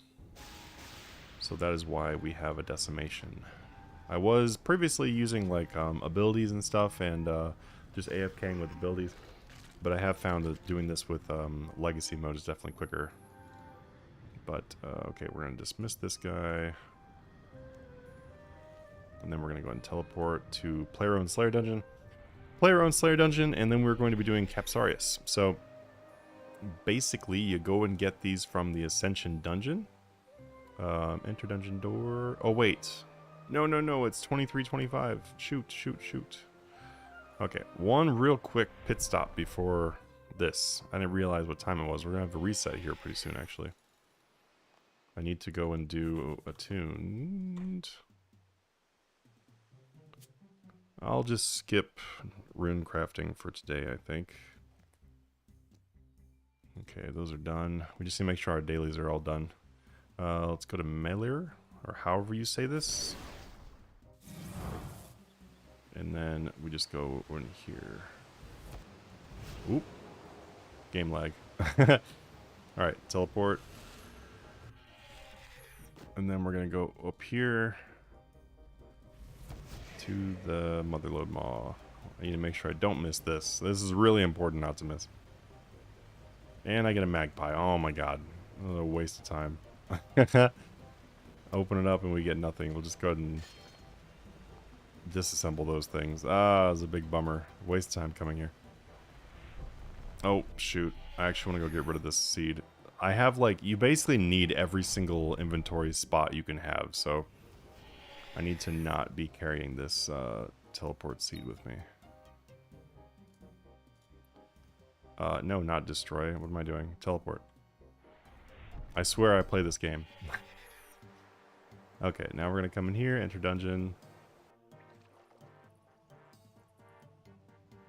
So what I've got set up over here is I've got my Capsarius right here in this room. I got 5 Capsarius.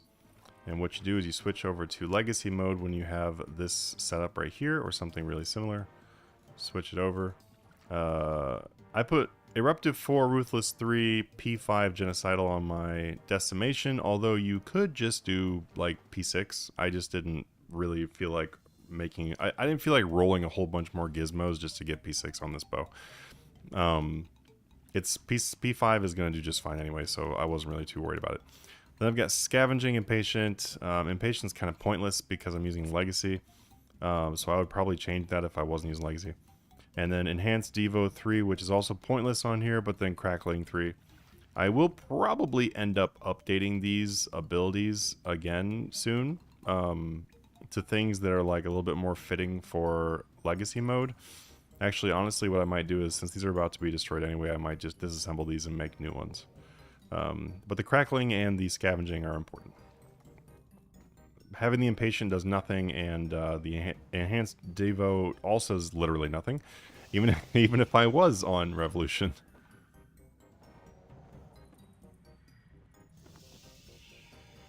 Alright, then we just pop a Holy Aggro, and then we're going to do Overpowering Force and Eagle Eye. And then I will pop a... I'm actually not going to use Vampirism yet. We're going to use Aegis. And I'm using Aegis because Aegis combined with the Bunyip is going to give me all the healing I need. And then we've got our area loot here. We'll just be looting. So this actually makes... let's see. I've done like 10 hours or... No, probably like 11 or 12 hours actually. But we're at 150 mil worth of drops. So I'll go ahead and turn this off the lightweight mode so you guys can read it too. But it's at it's basically 150 mil that I've made from these guys in the last like 12 hours. And it's like completely AFK too. You can use the oh man, what are they called? The auto flask things, the things that drink the potions for you. I forgot what they're called. You can use those too. I probably should have brought them, but I didn't bring them with. But you can use those and just pay literally no attention. Or you can just do this where you just check every once in a while and then, yeah. I will say though that even when you're running this gear that gives you like pretty good prayer bonus and whatever, like I have a pretty good prayer bonus from all these things here, and even with those going, because the Amulet of Zealots gives you -5, then basically you will end up running out of prayer with both of these active. So what I do sometimes, I'll switch the Eagle Eye off. And so that, and then, but I always keep the range strength on because you're pretty much always going to be hitting these guys anyway. But the Eagle Eye just kind of increases that the top end hit a little bit, so it makes it so that, I don't know, just more accurate. I feel like it does a little bit better for getting some higher hits, but you will pretty much one hit kill them most of the time anyway, as you see. But that's really it. I'm working on these guys because they make really good money and they're completely AFK, but the main point is I just want more drops from them. So I'm at 43.4k Ascension creatures now, and we've got... Let's see, where did the drops for these go? It's Kandarin? No. Fremnik Province. No. Feldip. There, Feldip. So I'm a little away. Hey, Tertius looks like Tertius finally went over to 100, so I'm just trying to like get my drop log for these higher too. It's fun, just kind of fun to do. But most of your money actually nowadays comes from the, as you can see how this is already like 16k worth of loot here. Most of the money actually comes from the Ascension shards, because the shards are now like 5,000 each, which is insane. I'd say the shards actually make you more money than the keys most of the time. Depends on like what keys you get. Like if you get a whole bunch of Primus, then you can make some good money from that. But I would say most of the time, if you're doing these guys, then the money is really coming from the Ascension shards.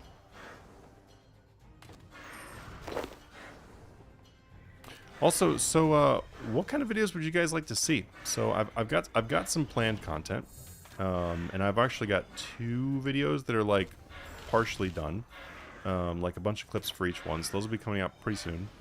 But I'm always looking for ideas for like what you guys really want to see. I've got those 2 videos coming out soon, then I've got another one planned, and then I have like a bunch of other. I honestly have quite a few ideas right now, but I would really like to hear from you guys too. Like if you had any like things you really want to see. Hopefully it's the same stuff that's coming out. That'd be ideal, right?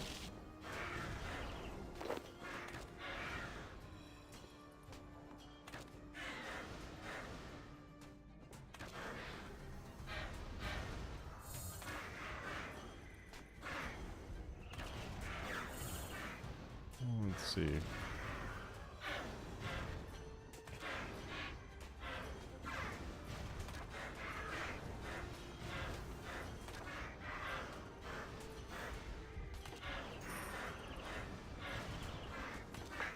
One of the guys in the Discord server, Kingy says, anyone figure out why flipping is so much fun even if you're not making bank yet?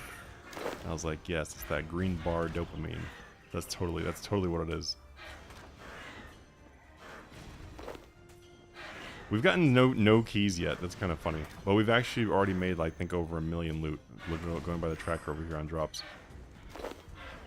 But these are super chill. They don't require a high level too. You have to have like 81, I think it is, in Slayer, and then you're able to do these.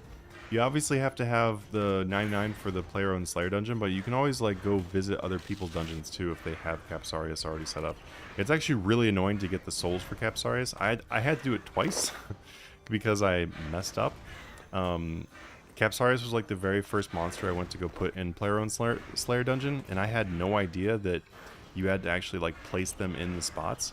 I thought that you could like put them into the chest and then you'd have the souls to use or something like that, and that is not how it works.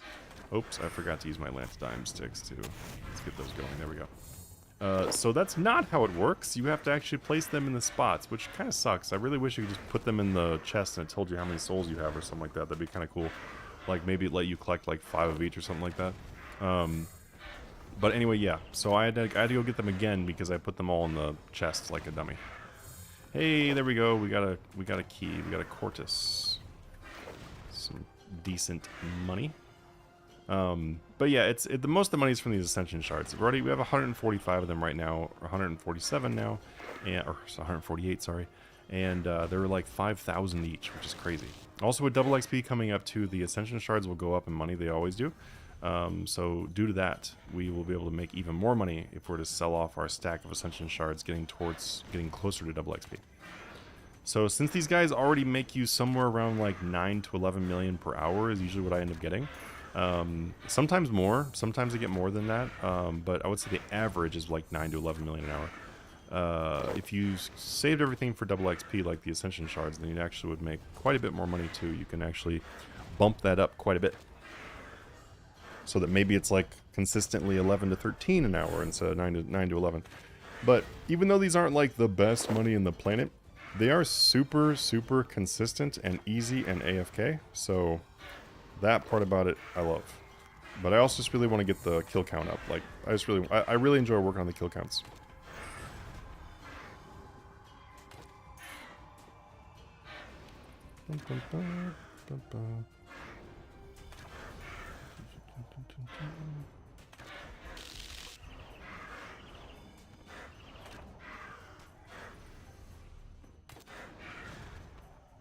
On your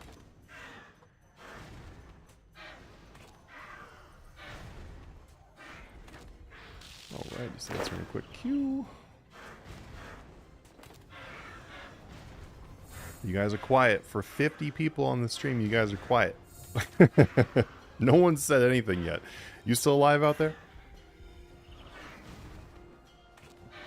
Well, I mean, people did say things. They just haven't said stuff in a minute.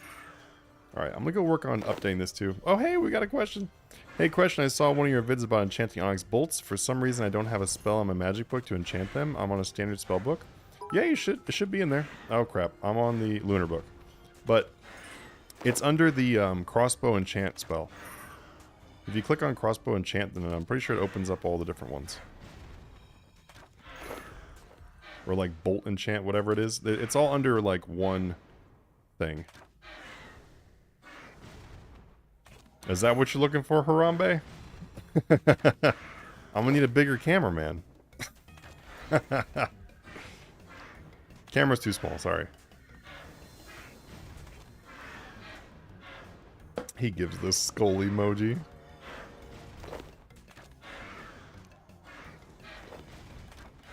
Alright, we already made we already made another mill since the last time I said we made a mill. Like, these things are so easy to kill. The XP here is kind of trash though. It's like 200k ranging an hour. It's not good. But I'm at 9.5 mil until 120 range, so it's whatever. I'll be patient. I don't know. I just really enjoy doing the kill counts because I know that once I'm 200 million all for the combats too, then it's just gonna be like, I don't know. What am I gonna do? Kill counts only apparently. So I don't really care too much about rushing it. I wanted to rush all the other skills, but I don't really care too much about rushing the combat stuff.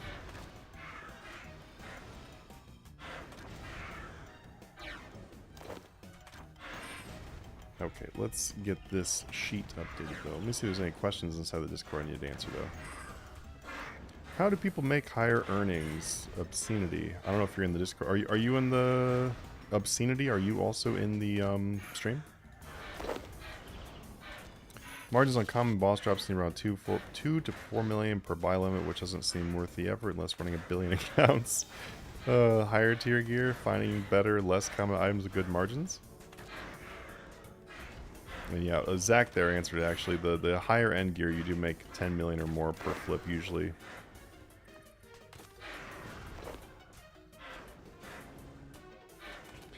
But yeah, if anybody wants to increase how much they are earning with flipping, the #1 easiest way to increase how much you're earning with flipping is by making another account. That's always going to be the answer for that one. Like, more slots, more flips is always more money. If you're making 50 million a day or something like that, like let's say you're making 50 mil a day on your flipping, well, if you have 2 accounts, you should be at 100. If you have 4 accounts, you should be at 200. You get the idea.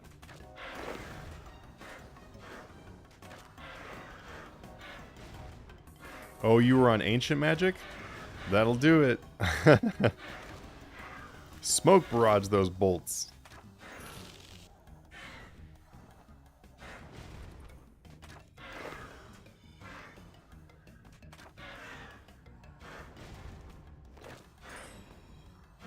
That's good. That's good. I'm glad you figured it out. It's always something small, you know. This is requests.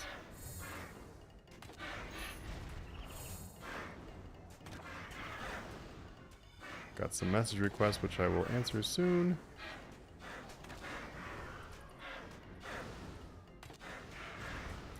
We have someone else trying to buy and sell accounts. I always get DMs from people that are like, are you interested in selling your account? And I'm like, no. I don't want to sell my account. Or I get people that are like, I would love to give you a sponsorship for your RuneScape channel. Would you like to sponsor our RuneScape gambling website? And I'm like, nope. It's going to be a hard pass, homie. Hard pass.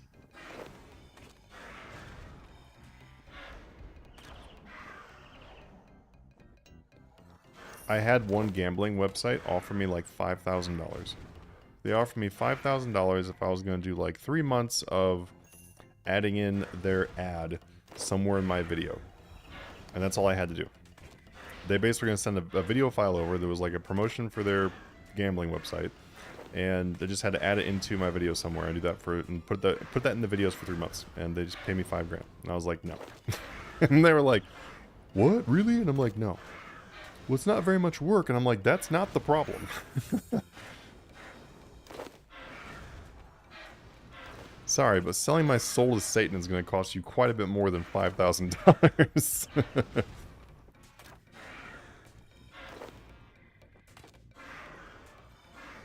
But I've had like so many of those ads. I don't think people realize how many of those, like, those kinds of things that people send out. Like, we get, I'm sure the other YouTubers get the same kind of stuff too. Sucks channels kind of fucked due to your inactivity before. No, it's true. It's true. That being inactive for so long, which I couldn't really prevent it though. Had way too much going on. I was mentally not in a good place, and there's a lot of changes going on in my life that just couldn't really be much more active than I was. And it sucks, but we'll build it back up. I mean, it's already like it's already starting to bounce back up though. I mean, this is a random stream where all I'm doing is killing Capsarius while talking to you guys. Nothing exciting is happening, and we're averaging 50 people right now, which is not bad. And every stream I've been doing has averaged like 50 people on the random streams. And on the streams where we were doing like specific flipping content, like the one where I was like, I'll show you guys how to make 100 bill, and then we talked about that for like an hour. Those streams were only like an hour and a half long, and those streams average anywhere from 70 to 90 people, which is really not bad for RuneScape like stream stuff, because RuneScape, you know, you don't get very many people on the streams unless you're like really consistently doing it. Oh yeah, no, for sure, Ned. No, you're totally right. Is the reset at 8 p.m. Eastern Standard Time? I think it's 8 p.m. for Eastern Standard Time. I think so. It's in 15 minutes. Oh, I got a hair. No. No. Everything you just said is totally correct. Yeah, I've been around for longer than most of the RuneScape YouTubers. But yeah, no, the algorithm just kicks my ass because of consistency and everything else. It is a pitfall. But hoping to kind of, you know, get that fixed now. Especially now because I'm moved. Like, for a long time there, I really needed to move, so I have way more office space to set stuff up where I can make the stream look better. Like, obviously now it can look better. Like, what is going on with this random hair in my hair? Like, now I have the space to actually put proper lighting up so I can do this look, which did not really have the space to do proper lighting in the last office I was working out of. So that's helpful. But yeah, no, just overall, just more consistency on the stream and stuff.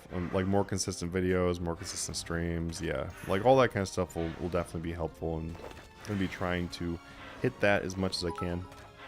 I'm also just in a much better, like, place now, like, life-wise. I was in a pretty bad spot for a while. I feel like, unfortunately, most people go through some rough stuff sometimes, and hopefully mine's past now. And I was also gone for a long time too. Like, there was like a 3-month straight streak where I was gone traveling in Europe, and we're in Europe, North Africa, and a bunch of other places too, like, because my wife hadn't moved here yet, so we're traveling, spending time with her and stuff too, so now she lives here.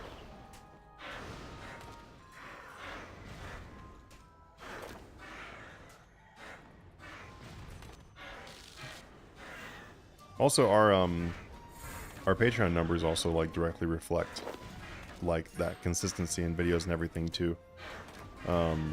Like, right now we have almost 1,200 people signed up for Patreon, which is awesome. And that number has been increasing by, like very fast right now, which is good. We've been putting out a lot of content and working really hard on the Patreon content too.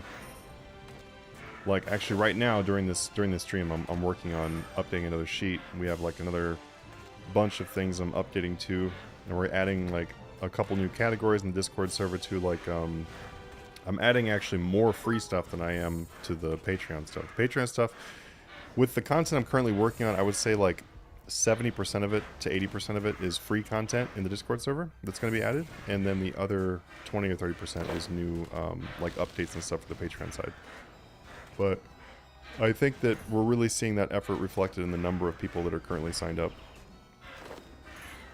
And also like letting people in on the free trial and everything, I think is really, really good. It's letting some people try it out that were like kind of worried about trying it out before, because it's not the cheapest thing in the world, obviously.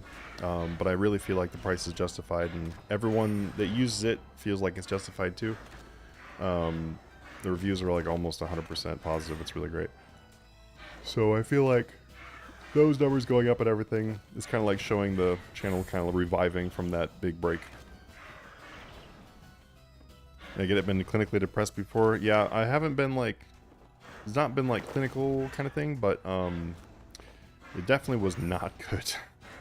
Not good. There was just a lot going on. Hello, I've been finding the ideas of your videos for flipping pretty insightful. Just want to pop in and say hi. Hey, well thanks for stopping in forever. Glad to have you in here. If you have any questions or anything, feel free to ask. If you want any help with like using some of the flipping content you were reading then or watching, then feel free to ask. If you're not part of our Discord server, you should definitely check that out. There's a lot of some good free reading material in there. You go in the flipping school has like I wrote that out with the GIFs and everything. Like there's some animations and stuff in there too to kind of like show you alongside of the text. But if you ever need any help or anything, just feel free to ask in the Discord server. Our help tickets are open to anyone. Anybody can make a help ticket. We're getting, well, I guess it's technically okay luck on keys. We're getting okay luck on keys, but no primuses. No primuses at all. Where's the primus at? Conversion money making while flipping is good too. Conversion money making, what do you mean?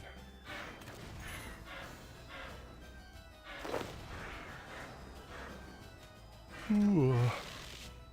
I don't need more coffee. I think I need more water.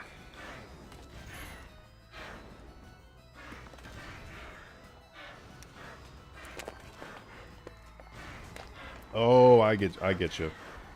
I usually call that like you can call it whatever you want. There's not really a word for it, but I usually call that like processing. Like processing methods. Yeah, no, that makes sense. Yeah.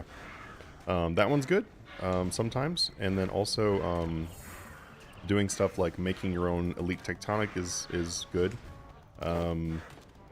Making the sets can sometimes be good, although a little bit annoying sometimes.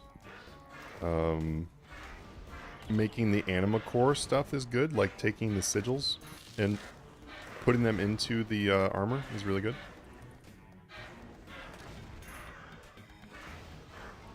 What used to be okay, but I'm pretty sure it's not good anymore, is don't think you're saying your YouTube chat? Oh, you're right. Why is it only showing one of them? Well, that's weird. It did. It stopped showing the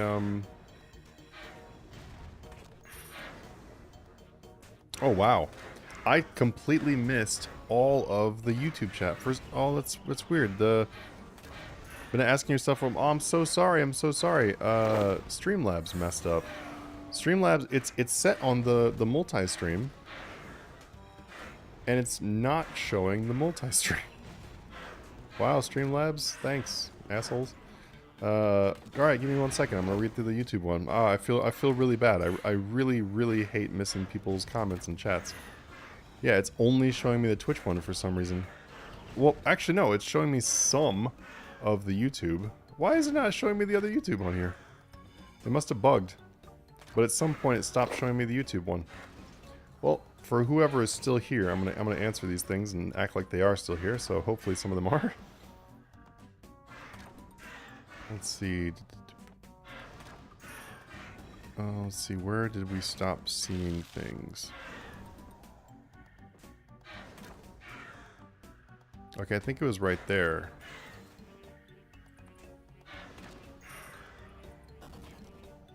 Jimmy says, I was thinking making a main account on OSRS so I can earn some GP there, but don't know how long it takes to get to endgame combat and stuff. It takes a very long time.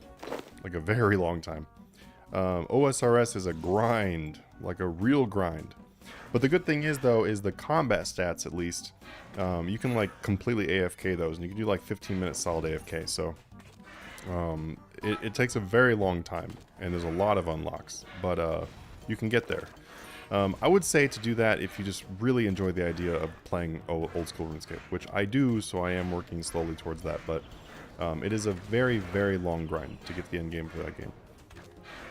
What's the /work gold we get in Discord? Poker? Oh, it's for like the bot. It's just for the bot. It's for like little mini games in there. It's not like RuneScape gold or anything. I might have some breeding pairs you can borrow if you want. I mean, that'd be pretty sweet. I would totally love to borrow some breeding pairs, Jimmy, if you are still in this chat. Randy, I didn't get to say hi because it bugged. I'm so sorry, dude. How's it going if you're still here? Aside from flips, will you make group Iron Man when it comes out? Probably with another content creator. Just curious in your opinion about the mode, even.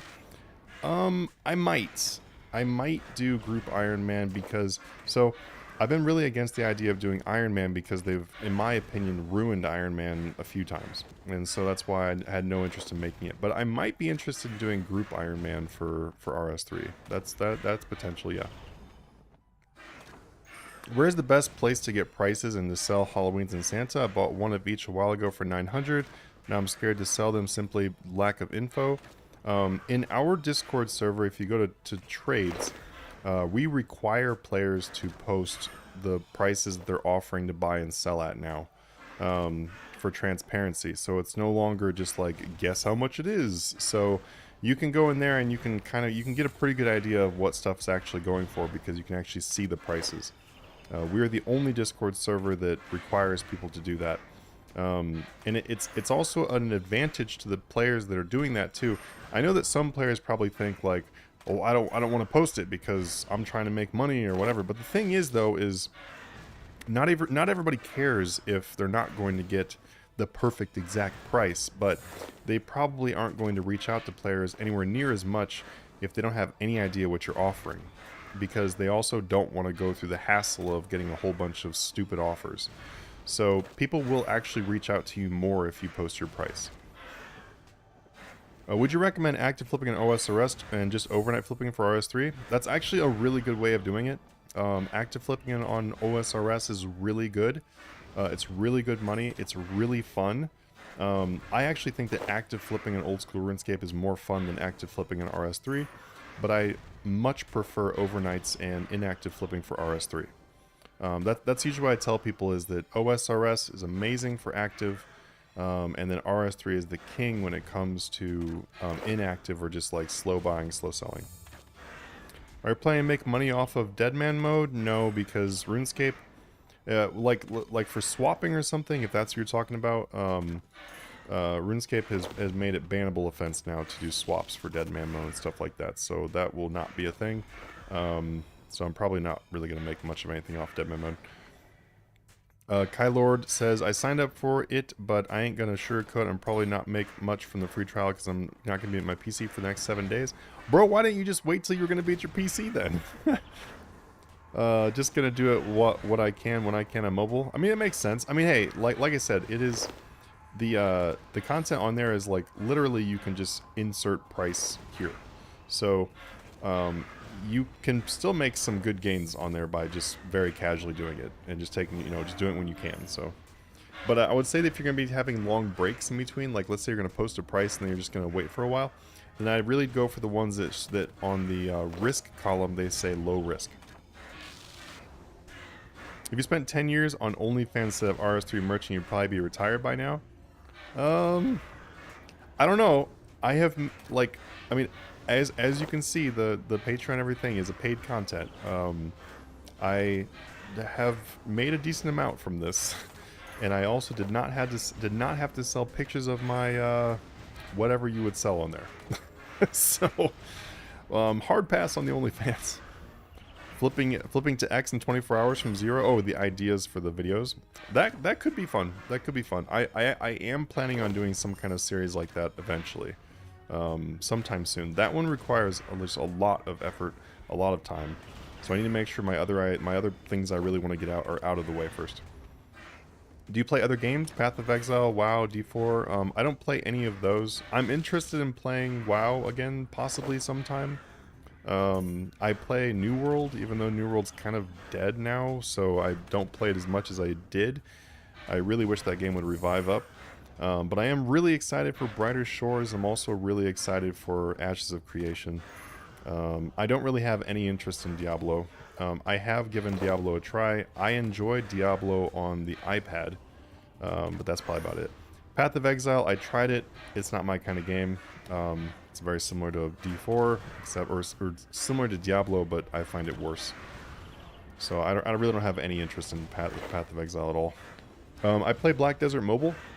I think that one's really fun. It's extremely AFK. You can just log in, do fun stuff. I think Black Desert is a fantastic game, so I really enjoy that. But yeah, that's kind of my roster for those. Re-Solar, so if you have all the requirements, how do I get souls? Do I just kill these mobs till it drops a soul or what? Yeah, basically, so what Kylord said right below there, you have to have the Ushtabi in your inventory, and then you will get them. You just have to be very careful you don't kill the wrong monsters while you have the Ushtabi in your or Ushadi or whatever.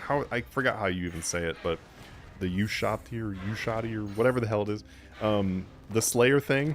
If you have that in your inventory, you have to be very careful you don't kill too many random things because you might capture one of their souls instead, and that's not what you want to do.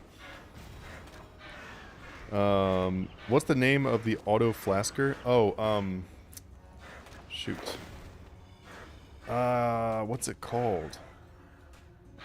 Someone probably posted it. Nope, nobody posted it. No one posted it. But anyway, if you look at my recent videos, I actually have a video about how to make them. So, it's in there. I can't remember what's it called? Potion reservoir. That's what it's called. It's called a potion reservoir. That's what they're called. But they're very, very useful. They will use up all 6 of your doses without you having to pay attention. So you could go the full 20 minutes or whatever AFK. You just have to watch out for your drops though. I love doing the Abyssal Demons. I have 20k plus kill count in my Abyssal Demon Slayer mask. Nice, nice, nice. I also really enjoy doing the Abyssal Demons. I don't have too many kills. I've got like 53k total or something like that. But some people have like 32 prestiges and stuff like that. But they're fun. They're fun. I definitely want to go do more Abyssals sometime soon. But I'm probably gonna work on these guys until I'm done with range though. There's RS gambling sites? Unfortunately, yes. And they usually just scam you, so don't bother. Like, don't do it in the first place, and don't do it even if you think you feel like doing it, because they're probably going to scam you your account and money. I guess that's where the dueling people went? Yeah, no, they did. They for sure did. Am I on Twitch? Yes. Forgot the audience? I didn't forget the audience, I swear to God. Like I said, my Streamlabs bugged and did not show me the YouTube anymore. But I see it now. We're third monitor content for him. On a mid-level alt, is it easier to maintain a bond on old school or RS3? Definitely RS3. Like, even though the bonds are expensive, it is definitely better to, or easier to make, like, the money for the bond. It's easier to make money in general on RS3. Now, where does one access the flip tier? I can't seem to find all of it. So if you're looking for the flip tier that's a free trial, just go in the description down below, click on the Patreon link, and then you'll see Flip Mastery, and this says free trial on top of it. Just click the free trial to do that. If you want the tiers that are always free, then you can just look in the Discord server and then go to the RS3 flipping sections. And if you need any advice on where to find things, just ask people in there. They're always posting where things are and stuff too. It's a pretty, like, there's quite a bit of stuff in that server, so people get lost.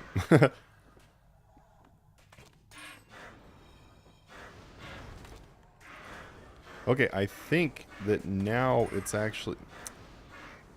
Let me just refresh this chat. Okay. Okay. I think we're good now.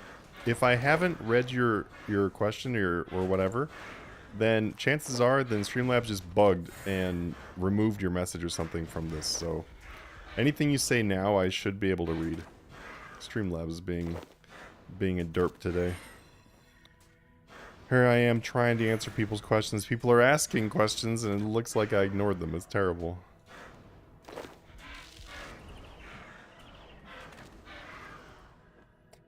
I'm also having fun like collecting the drops from these guys, and I want to get up to like a 1 bill. I want my drop thing over here to say 1 billion from Ascensions.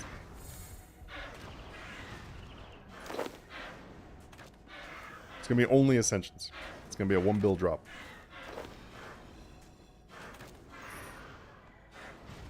You have about 30 bill from Legio? Nice, nice, nice. Did you farm the keys, then go kill Legios afterwards, or did you do, you just, like, buy the keys? Do I think Dino Propellant is good money? What is that?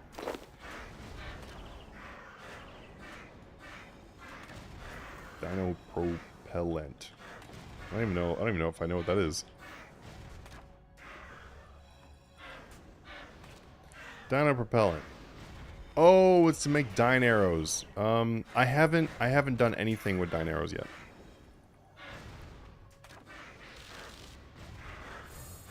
Unfortunately, I have done nothing with those yet, so I'm not sure. It is rare that you guys ask me something that I'm like, I don't know. But, like I said, if I don't know, I'll tell you I don't know.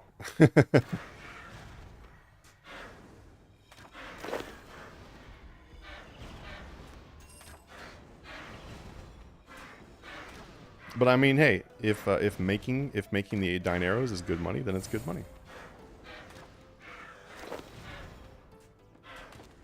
Man, I am starving. I don't know what to eat for lunch though. Kind of want like a big salad or something. I don't know why. It's probably because it's hot out. It's like 115 degrees here, like daily. It was up to 117 a couple days ago. I'm not even sure what the temperature is today. Actually, I'm gonna find out. Let me see. Temperature Las Vegas today. 117 right now. Oh shit, it's gonna be 118 tomorrow. Woo! Fun. Damn. Alright. Well, maybe I won't be going outside today. I don't know. If we are going outside, we're gonna make sure we stay in the AC. Awesome, Vegeta. Yeah, just feel free to ask any questions, though, if you need help with anything. There's tons of people that were more than happy to help you in the Discord server, too, especially, like, people that are already in the tiers, too, and everything. They can definitely help out as well. Let's see. The new M stock is Anima Crystal, Rod, and Monthly Token. Ooh, I want that Anima Crystal. Slightly cooler for you, 94. Woo! Do you have humidity where you live though? Bro, that's halfway to boiling. I'll tell you what, you go outside and you feel like you may not be boiling yet, but you are definitely getting close to sizzling. If you put like a reflective metal pan outside, you can literally cook an egg. Like literally you can do it. It will actually work.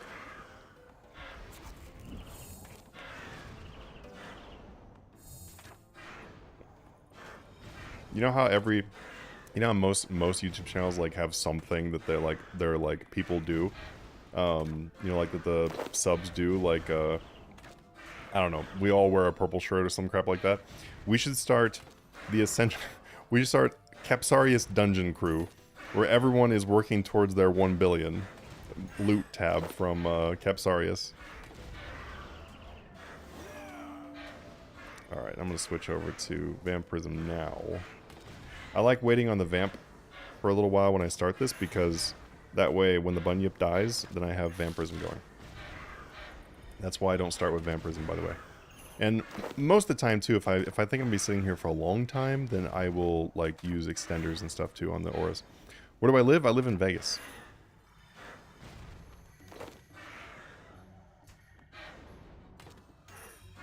Yeah, but 118. Still crazy to me that the Americans built and settled so many people into the desert.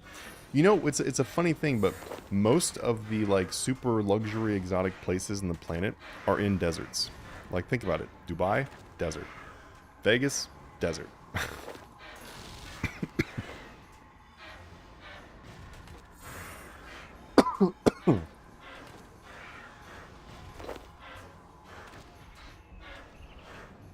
Oh man, speaking of Dubai, I really can't wait till I can take another trip out there. So much fun. It's just so nice. It's like living in a movie. I'm in Phoenix. Wait, my relative humidity is 54%. Not sure if that's high or not. I think that's actually pretty high. Let me see what humidity in Vegas now. Humidity is 4%. So yes, 54% is much higher. Your 94 probably feels like our 105 or something. They probably feel the same.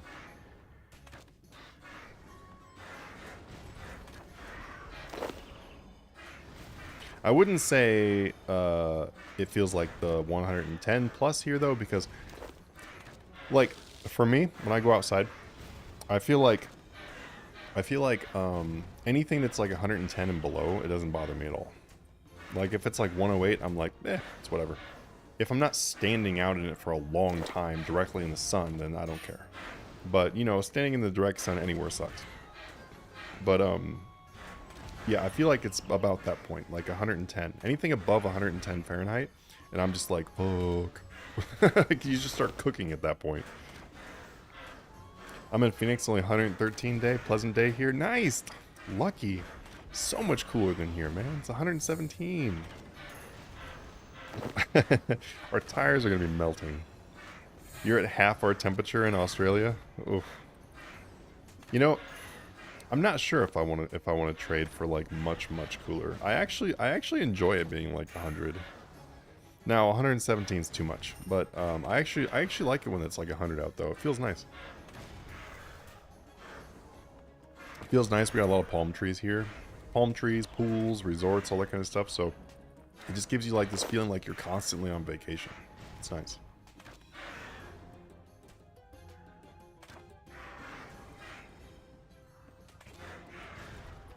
Yeah, it looks like the Streamlabs is working now properly. Oh, a Primus key. You finally decided to show up. There we go. It's good money. That's the first one we've gotten on this run. We've gotten 6 Tertius, but only 1 Primus. Like, come on. But we've already almost made 10 mils. Actually, no, we've made 10 million since we've been sitting here. Like, that's how consistent this is. It's just, like, chill. It's, like, very relaxed. Like I said, not the fastest money in the game by far, but it's very, very chill and relaxed. If somebody wants something that's very low effort, that you can just make really consistent cash on. Sea breeze keeps us cool in Hawaii, only 81. Nice, nice. And you got some really, really nice scenery there, too. I haven't been to Hawaii yet, but I really want to go. I've been to Cancun and a bunch of other places around in that area of Mexico, and I've been to Dubai and a few other places that are like tropical, but have not been to Hawaii yet. I've been to every single coast we have in the United States, which kind of reminds me of Santa Monica. I really want to go back again sometime soon. It's not that far away. I want to go there soon.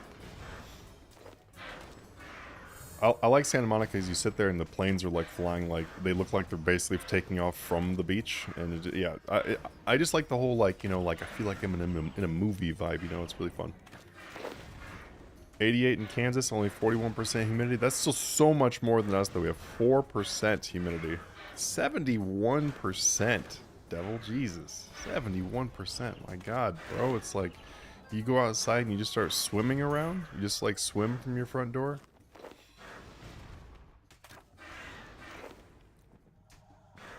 It's like, hang on guys, I gotta go get the mail real quick. I'm gonna use the backstroke this time.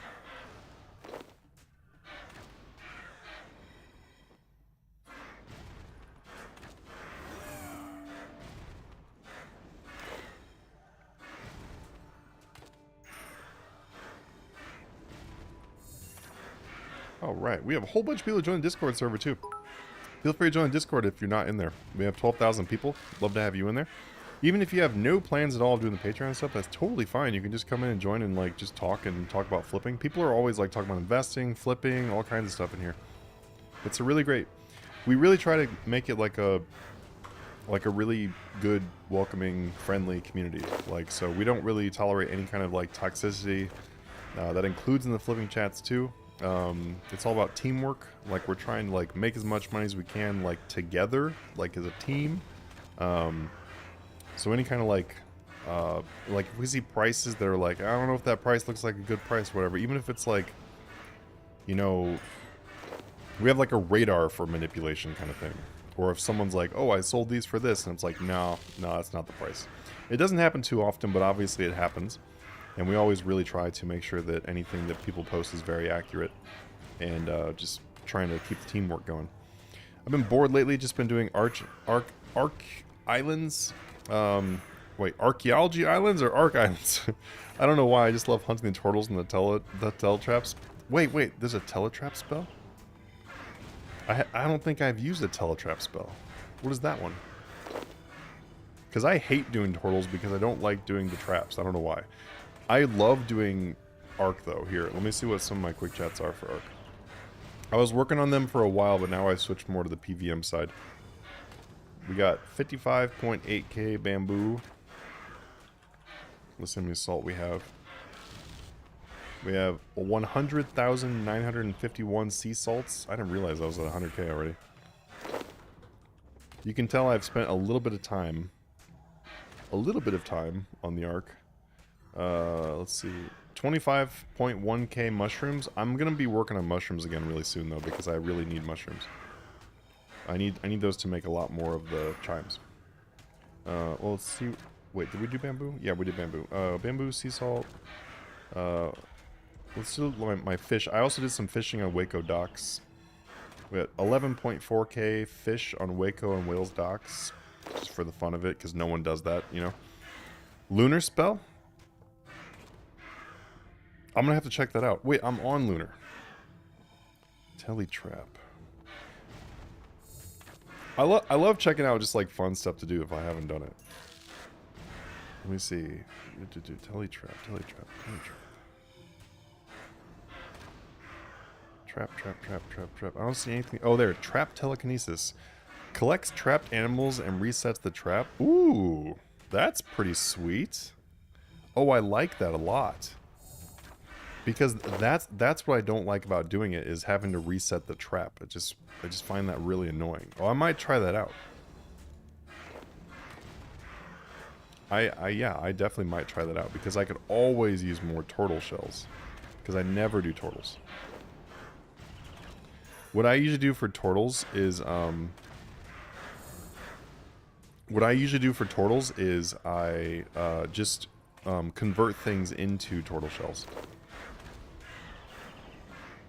Are you doing Capsarius for log as well? So I've already got all these Capsarius. Yes and no. So the log for these is, let's go Slayer creature kills. I'm at 44.1k ascensions. I haven't done too many of these, but I'm at 44.1k. I know that some people have crazy numbers on these, but I haven't camped them forever. I was at 30k of these like 2 weeks ago or something. Collection log, we go to Felda Pills. So I've got these in here, and I think it's really fun to watch these go up. I just really enjoy seeing these higher loot. It's really fun. It's like a permanent loot tab or something, you know? It's kind of cool. But I need the Hex Crest and the Ascension Grips. I need the Grips too, but you can only get the Grips on Slayer tasks. So once I start doing Slayer tasks again, because I've kind of taken a break from doing Slayer, then I will get the Grips. I've actually gotten the Grips before, but that was before the Slayer log came out, so it kind of sucks. But then Legios, I don't have hardly any Legio kills yet, because I'm planning on doing a bunch of them after I get like a ton of keys. So all I've done is just this. I've gotten the Ascension Signet 1. So obviously I'll be able to get a ton of these after I start actually cashing these keys in, but I haven't sold any of the keys I've gotten, so I am planning on using those for getting the keys. Have I completed the Slayer Codex? Nope, haven't completed it. I've gotten just enough to basically do... Oh, I can't read it while I'm in combat. I've gotten like half of them done. I just haven't done hardly any Slayer lately. But I've just got enough done that gives me like the teleport and stuff like that. I actually really enjoy doing the Pokemon Codex, is basically what it is. How would you compare camping caps to Firewatch? You kind of get to a break even, a lot more XP per GP2, while equally AFK as you rotate your prayer auras. I definitely 100% would say do Vires. I just am not doing Vires because I already have 200 million in all the skills from Vires except for prayer is the only one left. But I did Vires for a very long time, like a very, very, very long time. And that's how I got a lot of XP, was doing Vires. And so Vires are fantastic. If you are lower skills than I'm at, then Vires, I would definitely do Vires. I also did the Bic while I was there so I could get clues at Vires too, which is nice because your seat aside will give you clues from Bic. And it is like decent amount of GP too. But the main reason why I'm not doing them anymore is because you don't get a kill count for them. So I would rather come do something for a kill count, even though the XP here is less, even if I was only doing combat. But that's the kind of thing that no kill count sucks.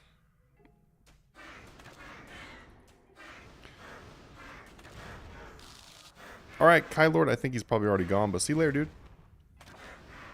That's what I always say too. My guild members always confused when I say there's another one for the Pokédex. Yep, it is the Pokédex, dude. You gotta collect them all.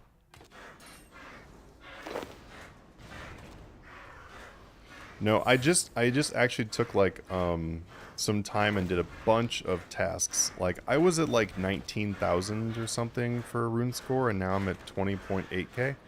So I gained like almost 2,000. Actually, I probably did gain like 2,000 rune score recently, doing achievements and stuff. So soon I'll end up going for another achievement grind again soon, and I'll probably work on the Pokédex again soon.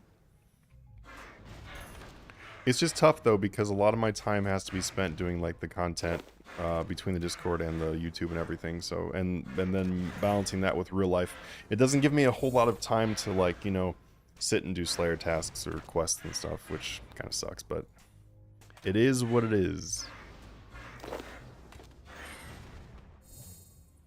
Because we have 12,000 people in the Discord server, so it's like, there's a lot of work to do in there.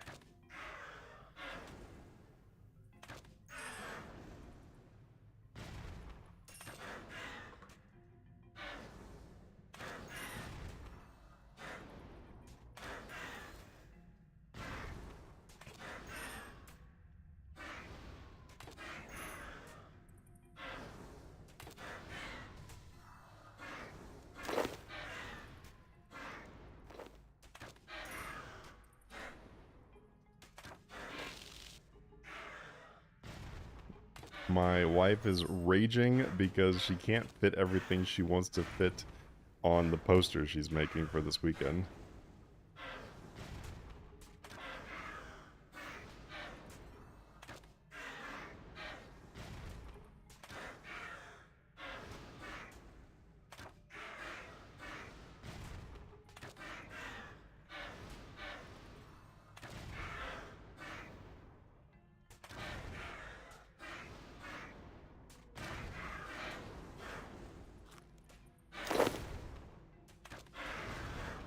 So funny. This is strangely satisfying. They are all taking their turns to hit you and then you one-shot them. I know.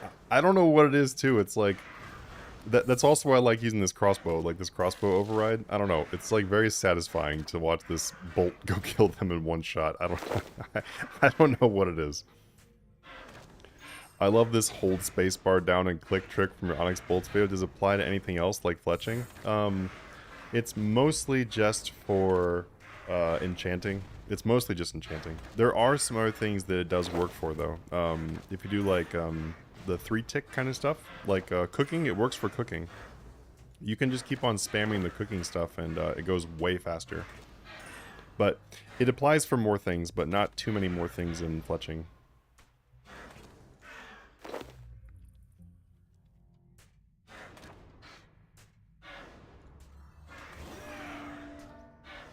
Yeah, also another reason why I like killing caps is because like like look how much effort this is.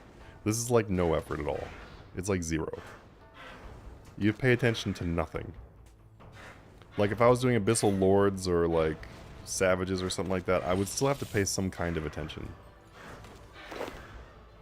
And although I do love doing Abyssal Demons and stuff like that, but it's like, I don't know. Not many things are this chill. And also the kills per hour are really fast. Also, we're up to like 18.6 million an hour right now is what it says I'm averaging, which is probably pretty accurate because it's been running for a long time, so it's actually probably pretty accurate right now. We're at 162.5 million in drops total from my Capsarius camping. When we started this stream, I think we were, what, like 140?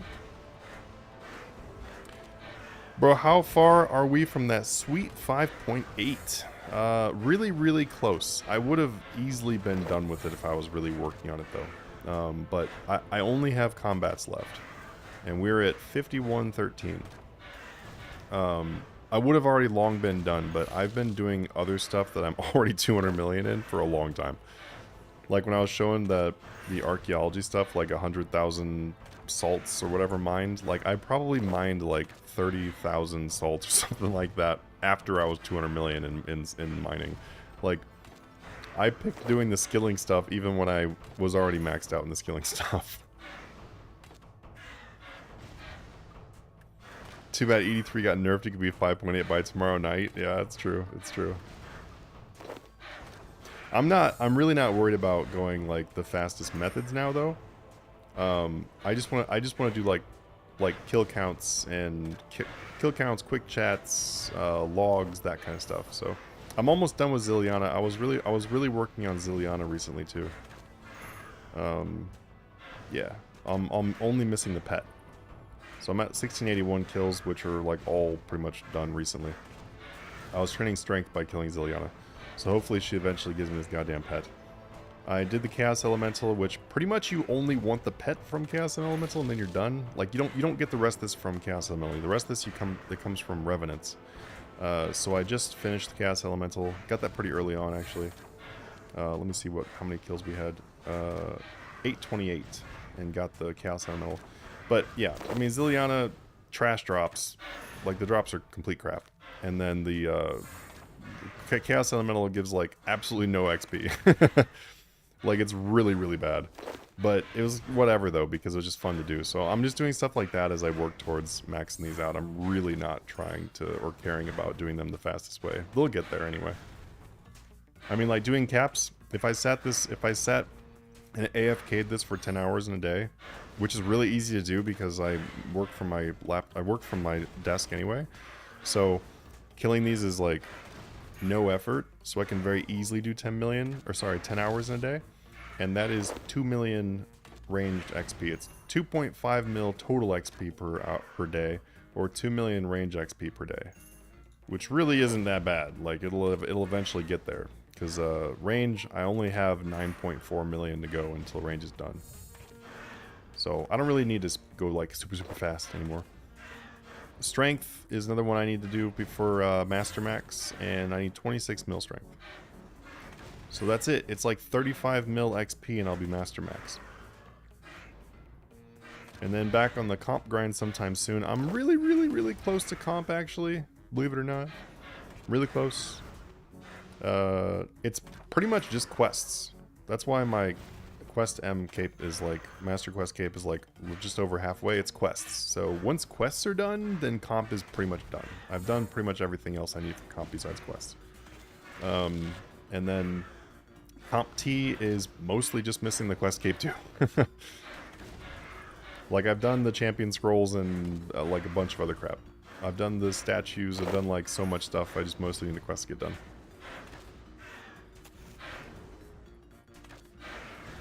I'm the opposite, finished combats but a few skills to go. Yeah, that's how most players are. Most players are, you know, definitely done, they definitely do the combats first.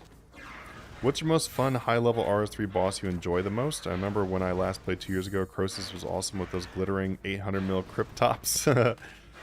My current favorite one. That's a tough one. I enjoy doing Virago.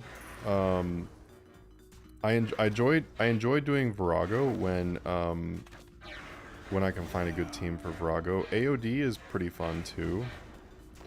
I enjoy doing Calfight King in like a group. That one's also pretty fun. My favorite high tier boss though.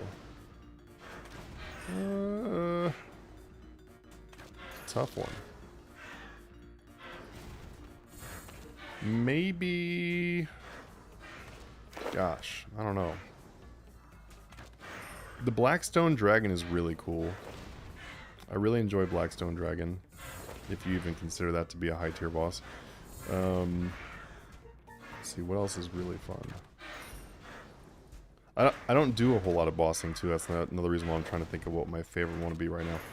Because mostly what I will usually do is I'll go learn a boss and then do that boss for a while, and then I'll just take a long break and then not touch the boss for like ever. So like I haven't done AOD in forever, but I was doing AOD quite a bit for a little while. That's usually how it goes. I'll just like get super into doing a boss and then not touch it for a long time.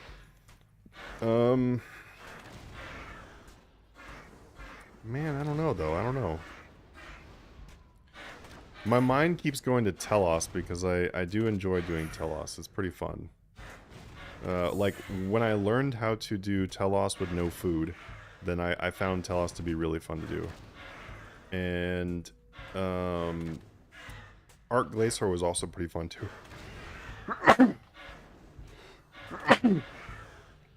Yeah, like, Arc Glacier is pretty fun too. Am I doing Mazcab Raid solo? No. I am not. I am just doing Capsarius. About the opposite of that. I'm 2k plus kills with Kree, have everything but the pet, need to go back to Kree and Queen Black Dragon, have only 490 kills for Queen Black Dragon. Yeah, I gotta go back for both of those myself. I haven't done Queen Black Dragon in a long time. She's probably laughably easy now. Last time I did her, she was like almost a real boss.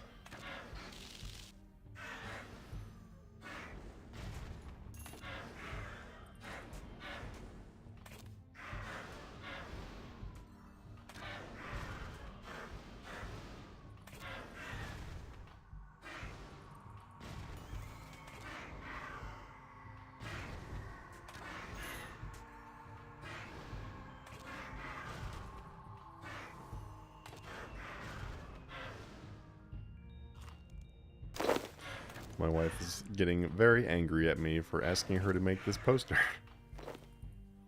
Tried flipping, but this 25... Oh, this 2% messing you up?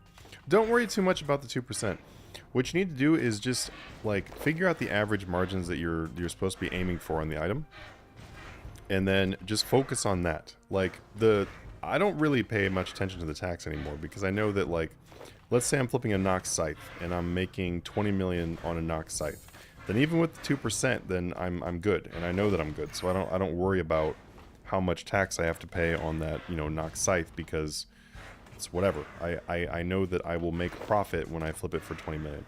Where if I do like a shard or like a sliver or a shard of Lang or whatever, and I find like a 50 mil margin on that, I know that my tax is going to be like 20 something mil, so I'm still making 20 something mil. The only time that the tax just sucks though is like if you do a price check and you're trying to sell your item back for what you bought it for, and then it sucks because now you're going to lose money now. And you used to not lose any money when you did that, and the times have changed, unfortunately. Ooh, we just got Saren components from scavenging. What's up? Happy about that. Also, can Jagex please make an update? Like, please make an update. That if I filter this chat, right? Look, so I filter this, now I can't see scavenging. I turn this on, and now I see everything. I turn this on, and now everything that I don't want is gone, except now it still says inventory full, camp bank, blah blah blah blah blah. Like, can we just remove the inventory full camp bank thing? Like, holy cow. There's no reason I need to see that. That is 100% an unnecessary chat.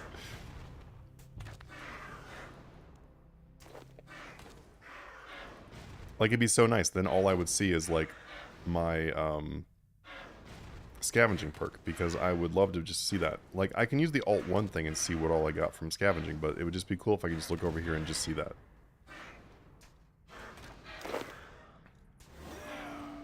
Just in my first Queen Black Dragon forever with Necro, it was confusingly easily. Yeah, I bet it was. Calphite Queen is also like a... I mean, she was already a joke, but now, since they didn't give her a resistance to Necro, it's awesome.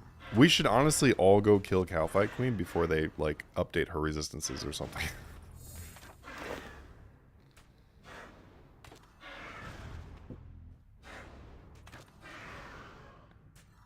Alright, let me make some more progress on that free sheet, too. Yeah, exactly, Alpha.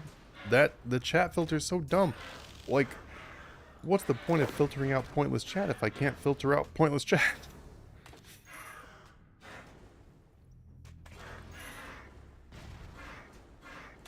They gotta at least add a new filter that hides the mundane. Yeah, 100%. 100%. So unnecessary.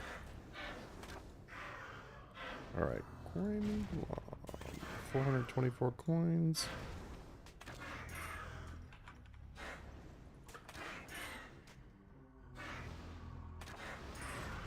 Alright, we want 5 to 10, 5 to 10.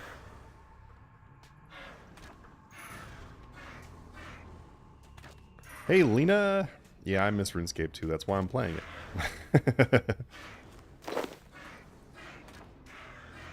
We're doing something very, very, very, very chill and relaxed right now. We're just killing Capsarius while I work on some stuff and talk to everybody on the stream. Also, how's it going to everyone who I have not said hello to? Welcome to the stream. Feel free to join our Discord if you are into flipping, money making, investing, all that kind of cool stuff. We have 12,000 people on our Discord server. Happy to have you be part of it. We also have our free trial going right now for the Flip Mastery tier. We have flip sections that are always free, but our Patreon flip sections are ones where there is buy and sell prices posted where you can just go ahead and plug them right in. We go find all those prices for you. Between our staff and myself, we lose about 5 to 6 billion gold a month price checking prices for the people in the Patreon section. If that gives you any idea of how many items we post in a month. We lose 5 to 6 billion gold in total between all of us. And that's kind of an estimation. I'm going by, like, yeah, I would say it's an estimation though, because it might be more than that, but I was talking to someone, they're like, oh, I lost like 1 billion doing price checks this month, and I was like, okay, then I have lost probably 2-3 billion easy because I price check mostly bigger items. So realistically, we've probably lost more than 5 or 6 billion a month. Actually, yeah, we probably have, because that's just the two of us. That's like almost at 4. Anyway, you get the idea. We price check a ton of things, and that way you guys have the buys and sells to use just to plug it right in. But that is free open trial this month, so go and check it out.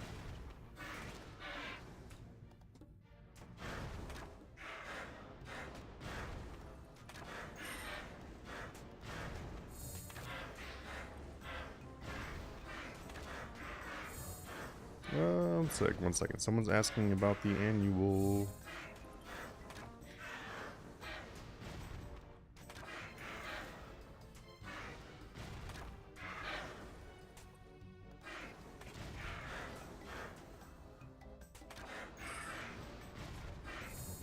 One second, guys. Answer the question.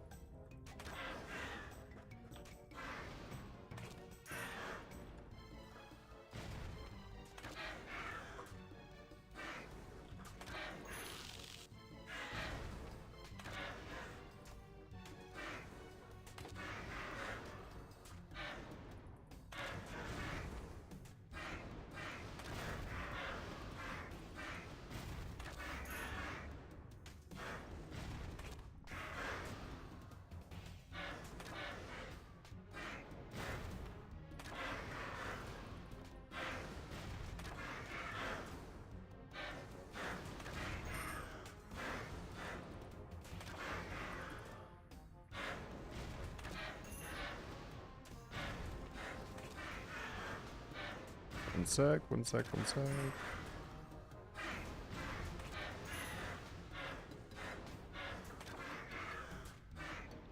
Okay. Someone's asking about the annual and like why people would want to sign up for the annual because it's a lot of money up front. Basically, like, long story short, is that the annual tier gives you a discount on your year. If you were going to be there for a whole year, then you get a discount on that. So you'll end up getting like 1 or 2 months for free depending on the tier. Then you also get access to the annual flipping section. So we wanted to add that because obviously it is quite a bit to do it all up in 1 month. Or sorry, like to pay for a whole year in 1 day. We also have people that end up being like a monthly member for like over a year, and I'm like, bro, you should just do annual. You're already spending more than you would be trying to save you money. What's going on out there, guys? Anybody else doing Capsarius or thinking about doing Capsarius? We gotta get the Capsarius crew. 165.5 mil is what we're up to on our loot tab for Capsarius alone. Not bad. We're cruising along at about 15 million an hour is what's showing us right now. It isn't bad at all.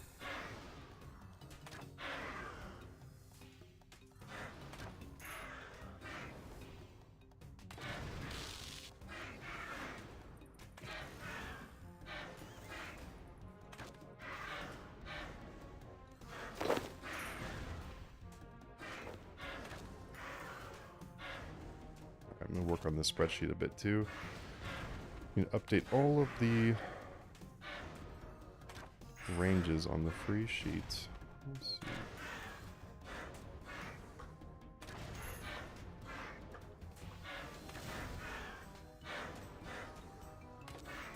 This is the sheet. Oh, you just put 2 caps in the dungeon? Nice, nice.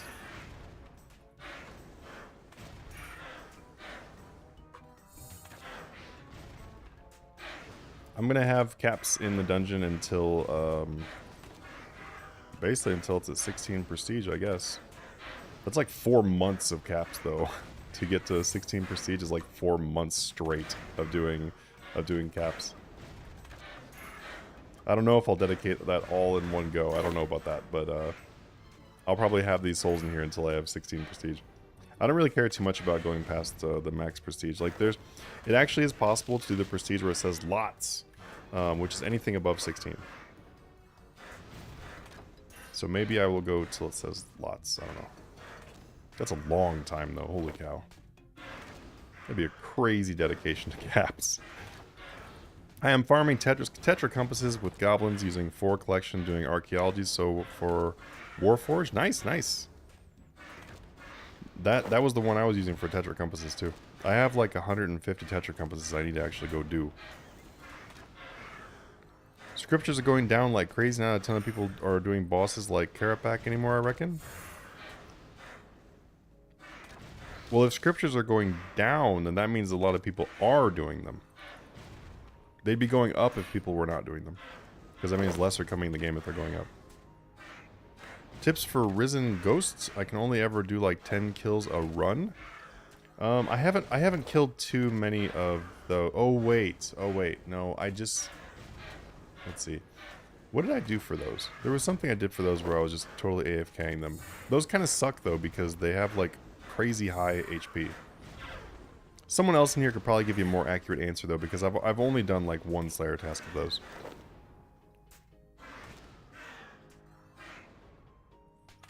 Yeah, the big pages I know are going up, which is so ridiculous. 14 mil for a page is insane. Insane. I used to complain when the pages were like 2 mil. Which was fine, but I really wish I would have bought more. Once they got like above 5 mil, I'm like, I'm not buying any more of these.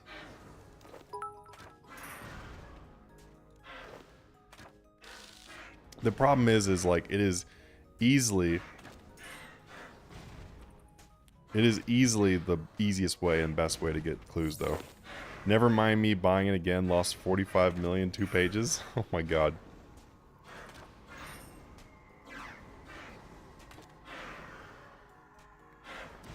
I do have a preset. I didn't manually put these things in the inventory. I have a caps preset.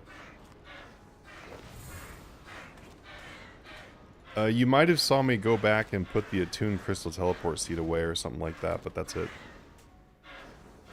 No, it is definitely not worth it to buy the big pages, in my opinion. It sucks though because they are the easiest way to get clues, especially when you're at the cap. So I just you know, we need a lot more people to go do Crosis. I need all of you to go farm Crosis. Okay, thanks. No specific reason. All right, our Serenic stuff is almost dead too. 8.2.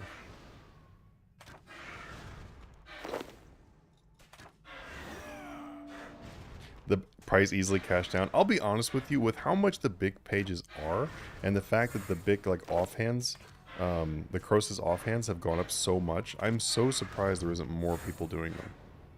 Like, I'm so surprised.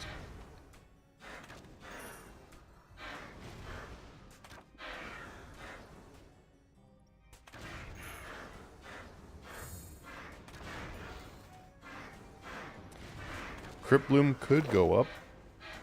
Crypt Bloom is always one of those things that people will go get because they want to do Animate Dead and kind of make easy mode on some bosses. I really should have taken more advantage of Crypt Bloom when it was so OP though, you know? Because there was a bit there where it was just so OP. Because it stopped all the typeless damage and everything too.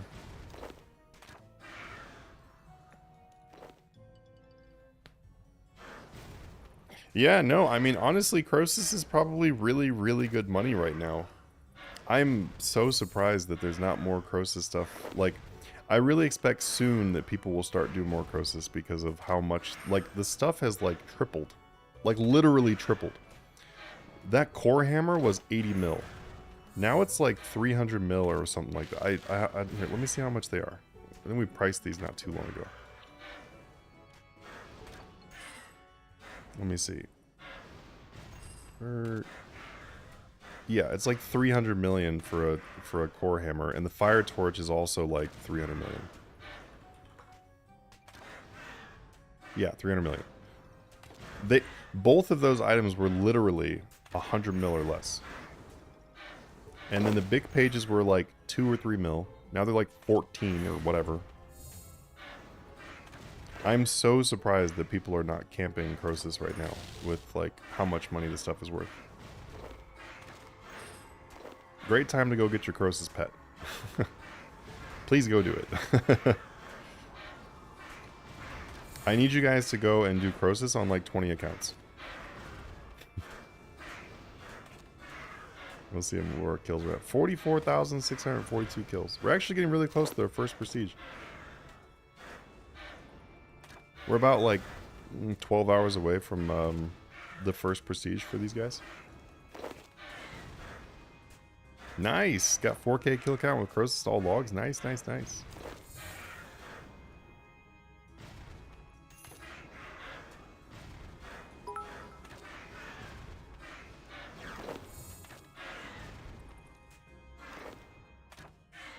Hey, thanks for the follow, Huntress. Welcome.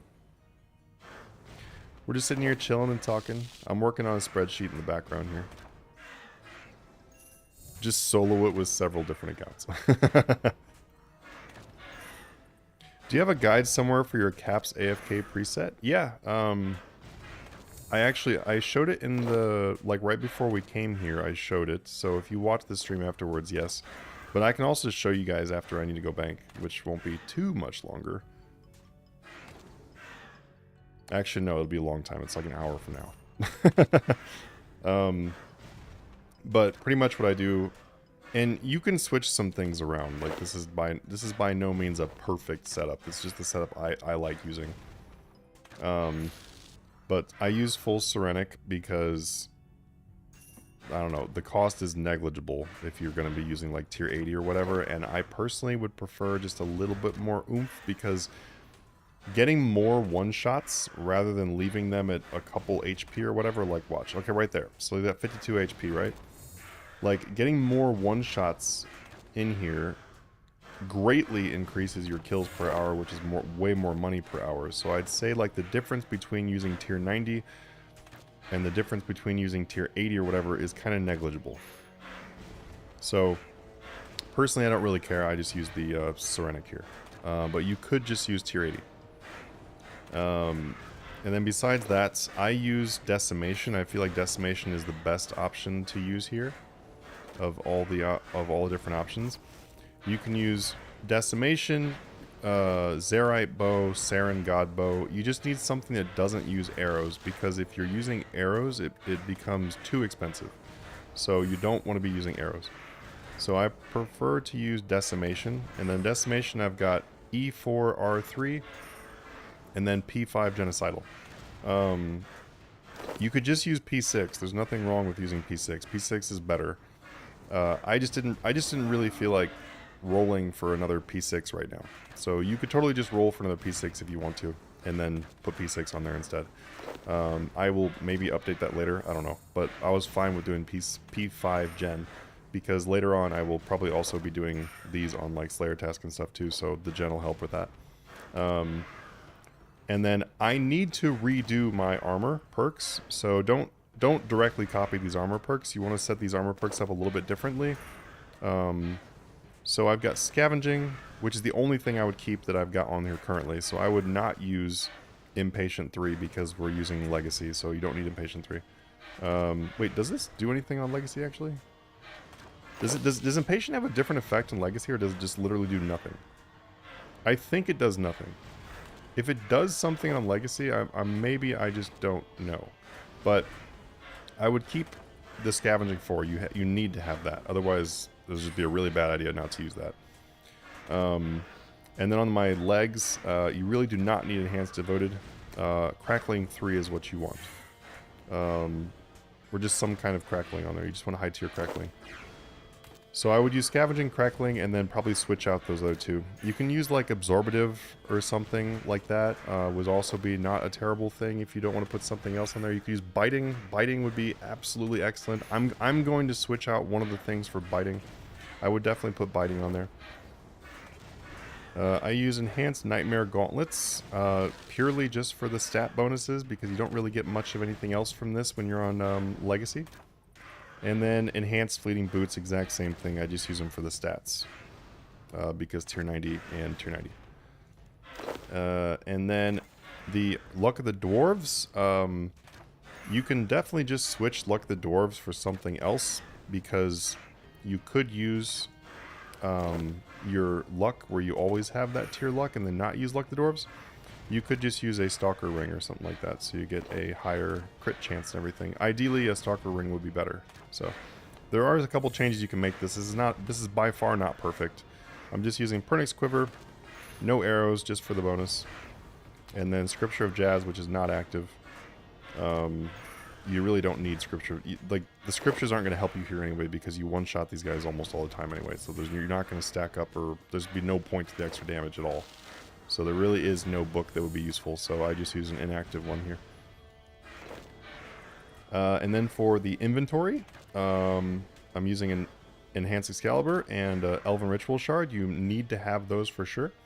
I'm using Lantidime Incense Sticks. I highly recommend these, because that way you can only bring 2 or 3 potions with you at a time, which is what you want, because you need inventory space. You will literally run out of space. I only have 1 spot here, and that's all I have for picking up like the food drops. And I still can't pick up the Nechrite Stone Spirits. So if I had... actually, there's not really any way to pick up the Nechrite Stone Spirits as far as I know, I'll be honest. Unless you put this Slayer Codex into the pocket slot. You could do that, I guess, and then skip the book. But the book gives you more damage, so I like the book. It also gives you more prayer, which is very important because we are using Amulet of Zealots, and you have to use Amulet of Zealots. The reason why is because it makes your overpowering force from your regular prayers here much, much better. That's the whole reason this works so well on Legacy, is because the Zealots pumps up the single target, the single stat boost. And then I use Spring Cleaner. That seems obvious. I also bring the Spirit Gem bag, because they drop Spirit Gems, and I like to collect those for fun. You could also just not pick those up, I guess. But also this makes it so I don't have a bunch of crap on the ground, too. And then you need to bring Magic Note Paper. So I put 1,000 of these in my preset. You can just put whatever amount you want in the preset.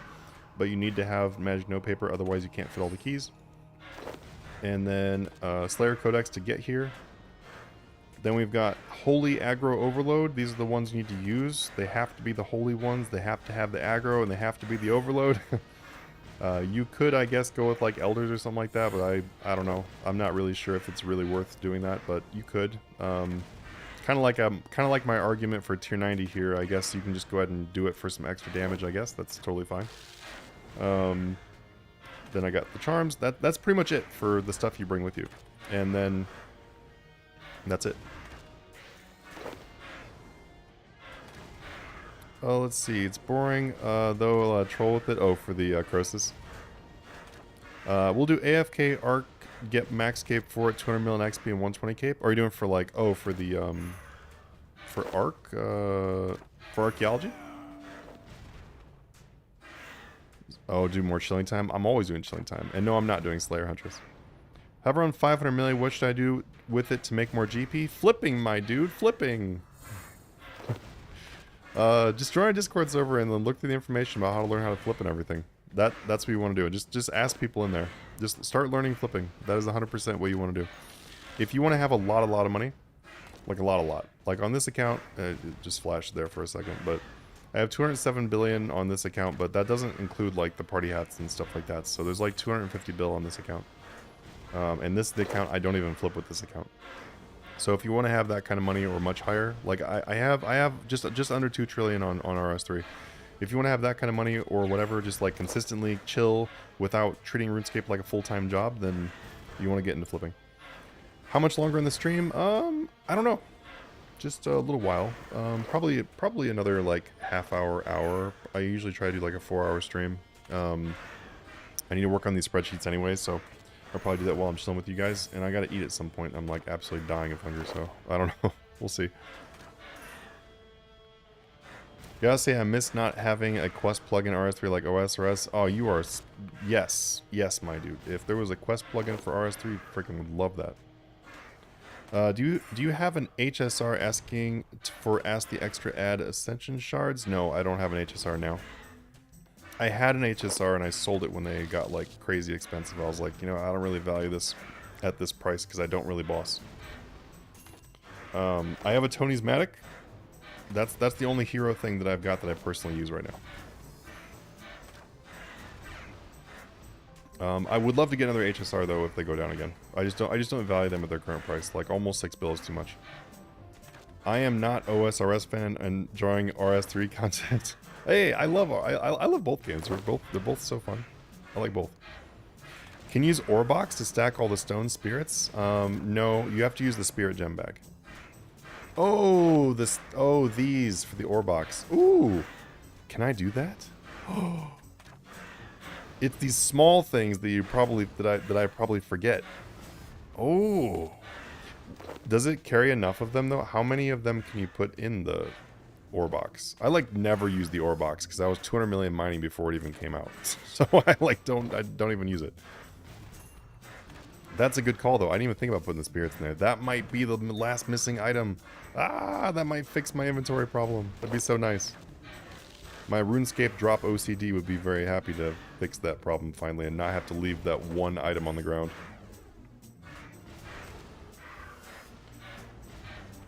Farsight Blood Necklace is way better. I don't really find the Farsight Blood Necklace to be anywhere near better. You don't need the healing from it. So since you don't need the healing from it, the damage output is less than Amulet of Zealots. So since it does less damage and does unnecessary healing, I don't see how it could be better.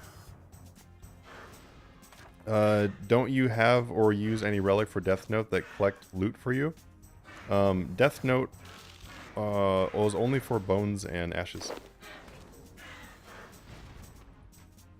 You get 30 mil all the way to 100 or 300 million depending on if you do it correct. Follow his stream.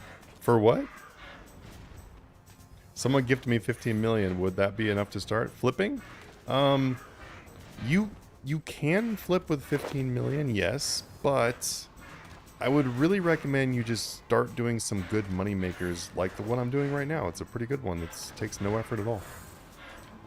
Do that, and then once you get to like 100 million or more, then really start flipping. You can definitely flip with less than 100 mil. Like you can definitely flip with 15 mil, but your profits are not going to be good enough to replace doing, you know, money making methods. Like, look, I've like just recently started doing Capsarius. Like just recently I started doing them. And we are at 170, we're almost at 170 million loot from Capsarius. And that's from me doing basically 2 days of Capsarius.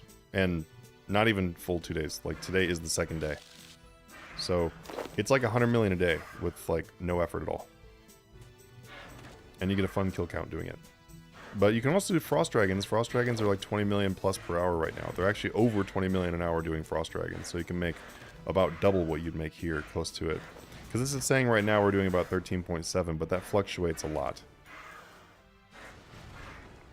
Frost Dragons just like straight money. You know exactly what you're going to get.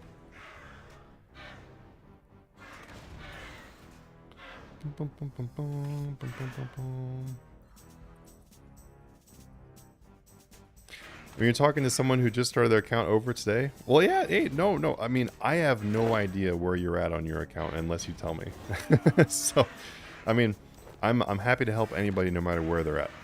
If you just start out your account now, what I would really recommend you do is just to do skills that earn money. Like if your goal is to get a lot of money in the game, and you're at a point, and I don't know where you're at. Like when you say start your account over, do you mean like you just started like a brand new account, or you're coming back from having played before? Like which one? Either way, you'll probably want to just work on skills that earn you money. Oh, brand new account. Okay. So just work on skills that earn you money. Archaeology is a great skill to do in the very beginning of the game to earn money. Divination can also make you some really good money early game.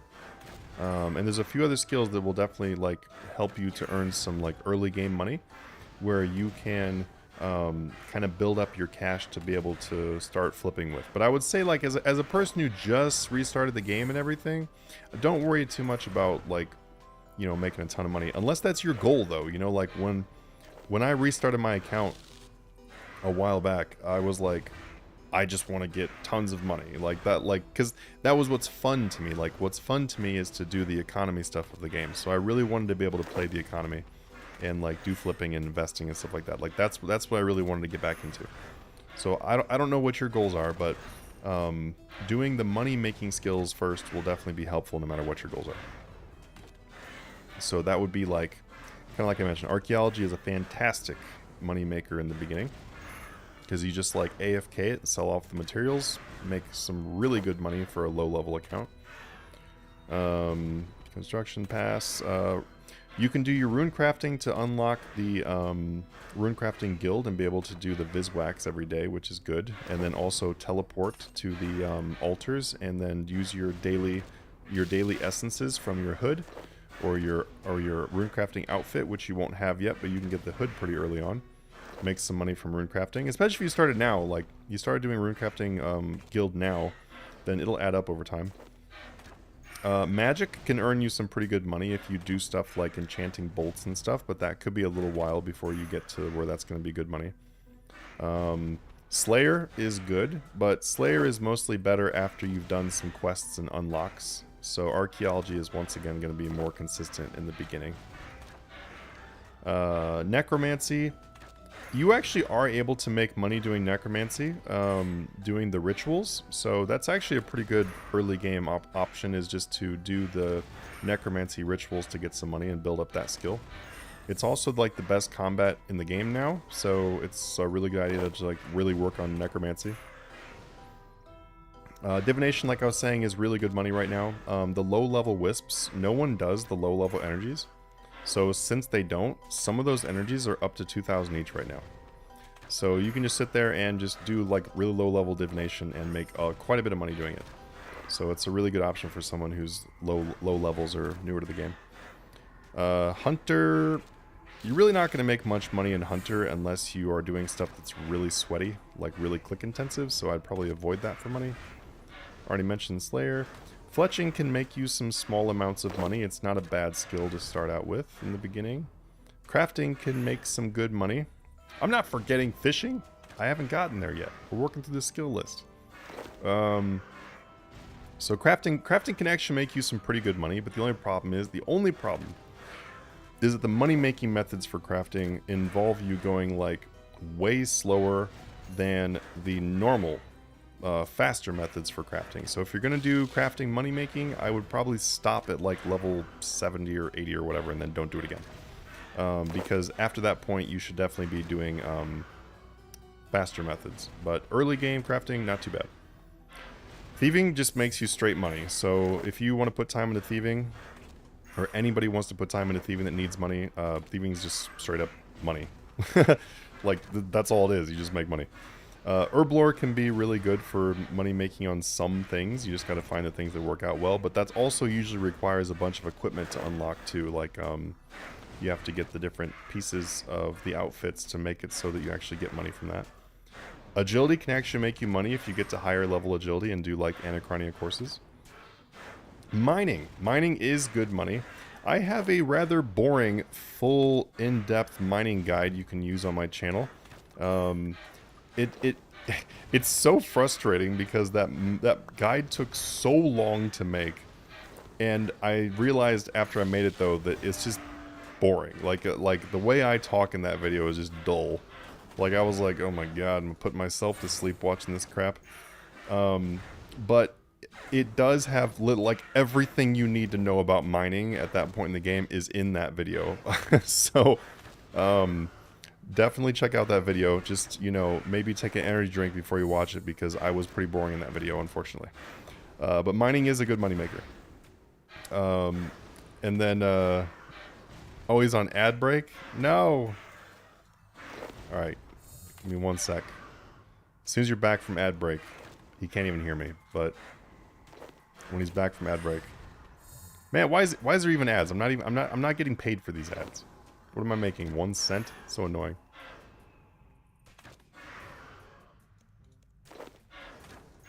Let me read some of this other stuff while he comes back. When he comes back though, let me know you're back. Let me know you're back. For a second I thought you were on Iron Man or something, started a multiple account. Oh no. You can buy bonds for real life, use lamps to boost XP. Cutting trees or farm frame getting better. GP magic frame worth 70 carries some shit if you're higher construction. Yeah, you can. That's true. Like, doing the frames and stuff is not terrible money, actually, for construction. That's pretty true. At least we have an option for making money with that now. Used to do curse for money? Yep. A lot of people do that. I used to go kill curse bots for money. There was one day I made, like... Oh, man. I cleared, like, 400 mil in, like, 3 hours, I think, killing curse bots. It was really good. I didn't do it like for 3 hours straight. I did like a half hour, then I did like an hour, then I did like a half hour, then I did like an hour. Like I spread it out that way the bots could like replenish their inventories, and I killed them for like like 400 million. It probably wasn't even 3 hours.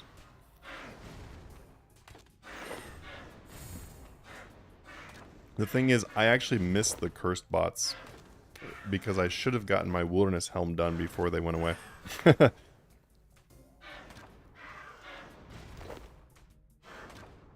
Is he back? Are you back from the break? Alright, I think he's back from the break. We're gonna keep on going.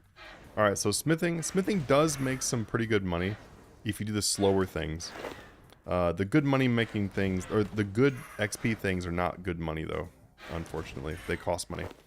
So smithing is okay. It is very AFK when you have the gloves to make it so you can just make a ton of bars.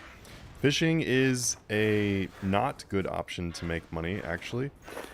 People were like saying it's good money. It's actually not. It's really not good money at all, because all of the good money, all of the good methods to doing fishing require you to basically get no fish. So for that reason, it's not a very good money maker. You might make a little bit of money, but if you're making money doing fishing, you're doing it wrong. That's unfortunately how it goes for fishing. Unless you want to go really goddamn slow, then fishing isn't going to make you no money. Cooking can make you money if you have the outfit or you find something that's profitable. Fire making, vires, which you're a long way from doing vires, but that's like the main money maker for fire making. Wood cutting is actually really good, but that would require later game wood cutting also. If you get to elder logs are like 3.5 million an hour, roughly, for like super AFK elder logs, so that's not too bad. You'll actually end up making a bunch of money just trying to make your Mkando hatchet. I made like I'm not sure how much I made. Like, I made over 100 million from Elder Logs trying to get my Incando hatchets. So that was pretty cool. Farming is just straight up money. It's really good. You don't really have to do trees anymore because of the player-owned farms. So you'll just maybe do a little bit of trees and that's it. And then the rest of it's just like money. So farming is really good to do.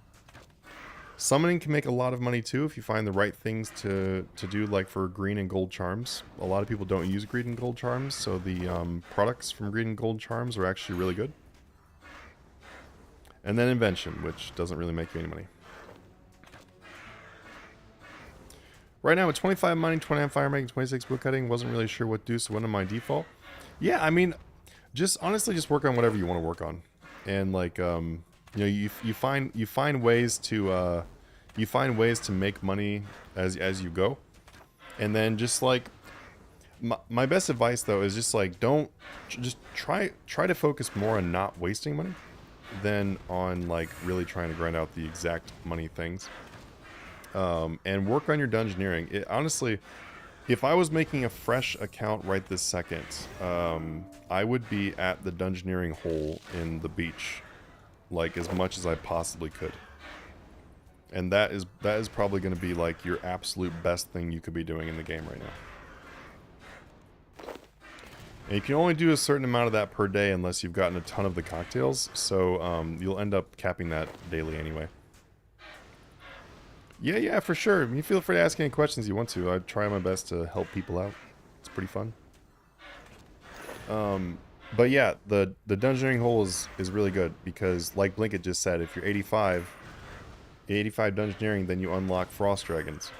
And Frost Dragons will make you over 20 million per hour right now. And they're very easy to kill.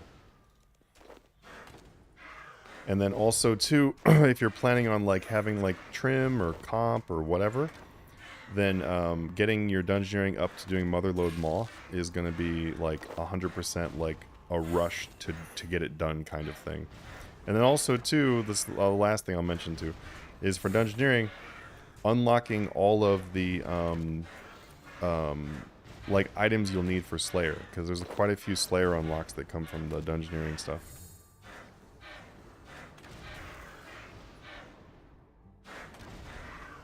And not to mention that low-level dungeoneering is boring as shit.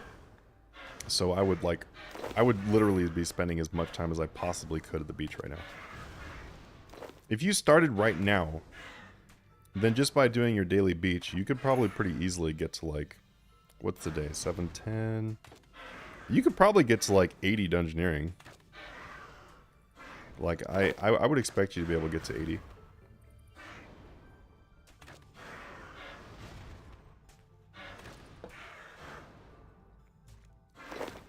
You guys talking about doing Ambi?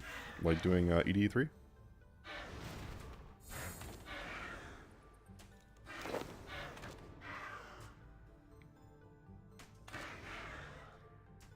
For some reason it's not doing the YouTube chat again, so let me catch up on the YouTube chat here. Let's see. Kyle says that it saves him using Vamp Aura. But why? What's wrong with using Vamp Aura, though? You can extend it, and then you can reset it.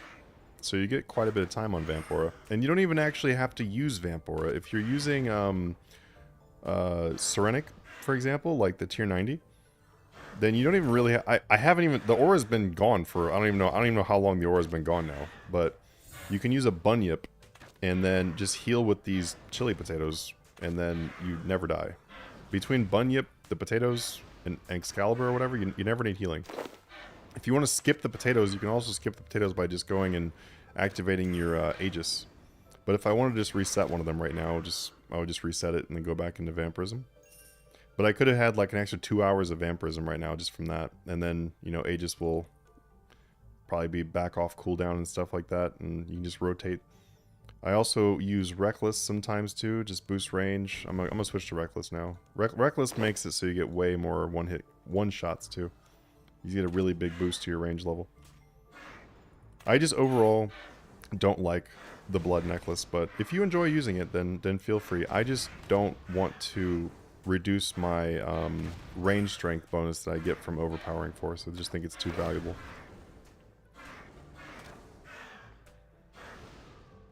Just tested it. Orbox can store at least 9 different types of the same spirits and 1,000 of them. Oh, hell yeah, Vegeta. All right. We're upgrading our preset. Has anyone said you look like more plates, more dates, dude? No, that is the first time I've heard that one, actually. I do work out pretty religiously, though. So I know who that is, and I do watch a lot of the workout content. I'm actually cutting weight right now, so I look a little bit more deflated than I usually do.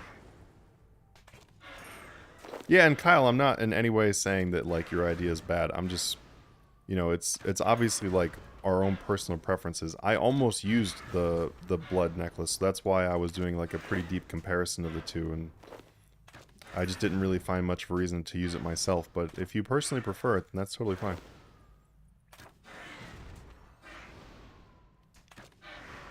Yeah, I'm doing a weight cut right now. I don't know if you got, I don't know if anybody else here does, like, fitness and stuff.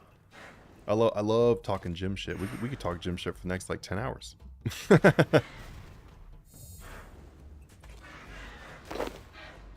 I was pretty like, I wasn't sure if I should be, like, disappointed, or I wasn't sure if I should be worried or if I should be happy.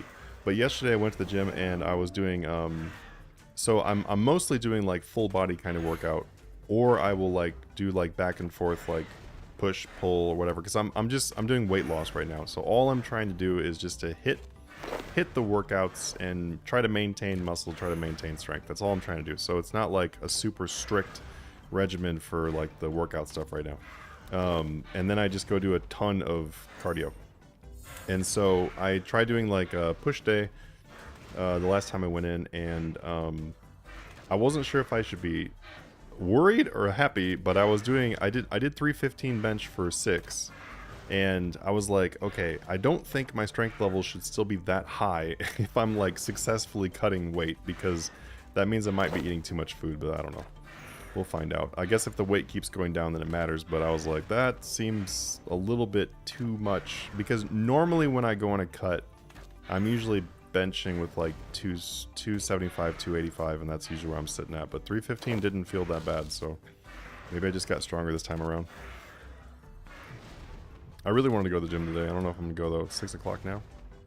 Have you been trading NASDAQ recently? I've been killing it with the longs for well over a year now. No, I don't do most of instead of stocks, I usually buy into collectibles.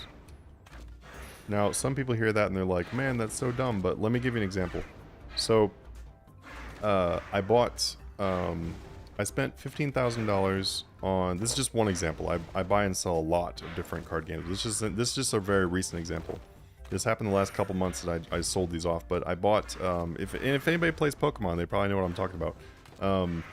But I had Fusion Strike and Chilling Reign. I had those boxes. I spent like $15,000 on each one. So my total investment was, like, I don't remember actually what I paid total. I'd have to look. I have it down for records for taxes, obviously, but I'll have to look and see what the total is. But anyway, it was $67 a box. Let's just keep it simple. $67 a box is how much I bought them for from the store, and I bought about 500 booster boxes. So if we go about how much I made on those boxes, so I paid $67.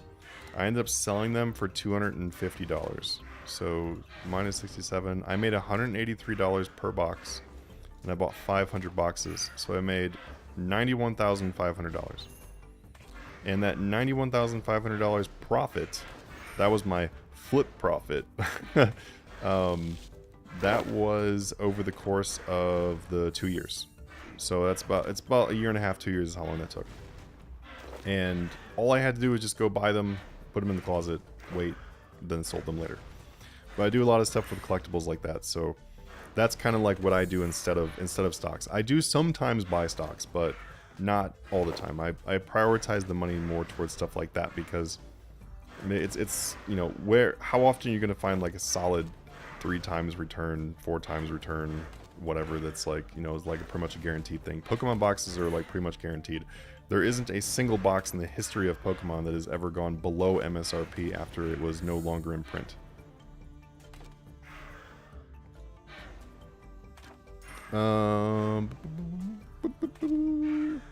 How good? Like, what counts as good? Momentum 10 million is average. Anything below a meme. 20 million with skilling is good.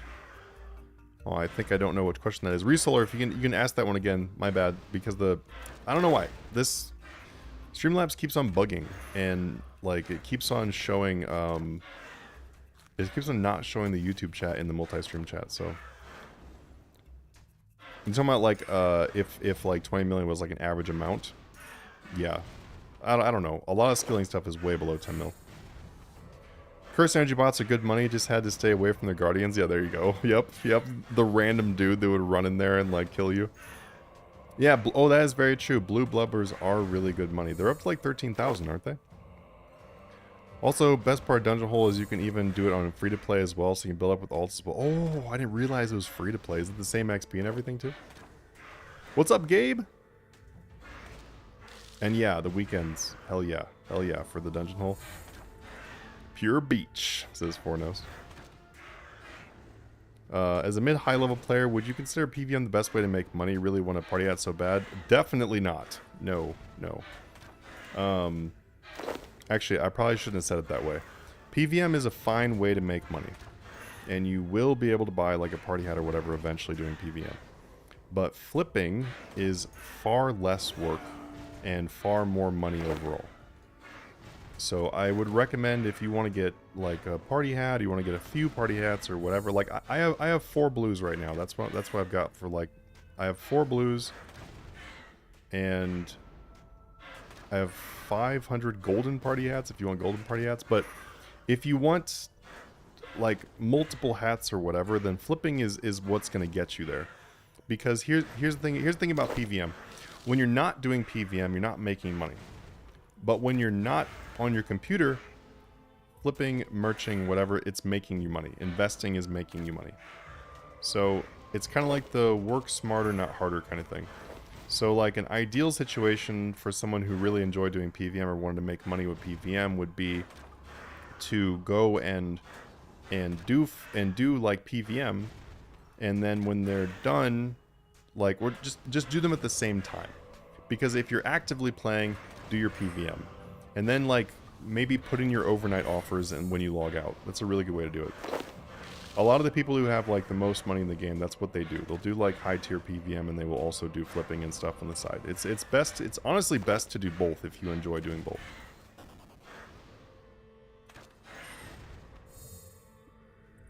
And I don't really count on getting much money at all from PVM. So like if we're talking about doing these Capsarius or whatever, I'm probably going to sit here until I get 1 billion in drops from these, but I'm not like, oh my god, I have to make 1 billion. It's just whatever. Just for fun, though.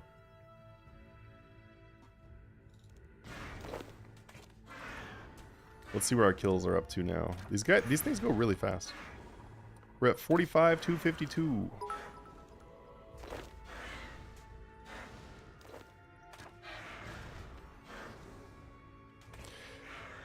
Thank you for the follow, dude. Thank you for the follow. Also, too, for anyone who is brand new to the stream, how's it going? Welcome. Glad to have you here. My goal in the gym is gaining similar weight what Rock has with John Cena. Oh man, well you're gonna have to use some steroids to get to where those guys are. They were both running gear. Quite a bit of it. You're not gonna be natural and get that big.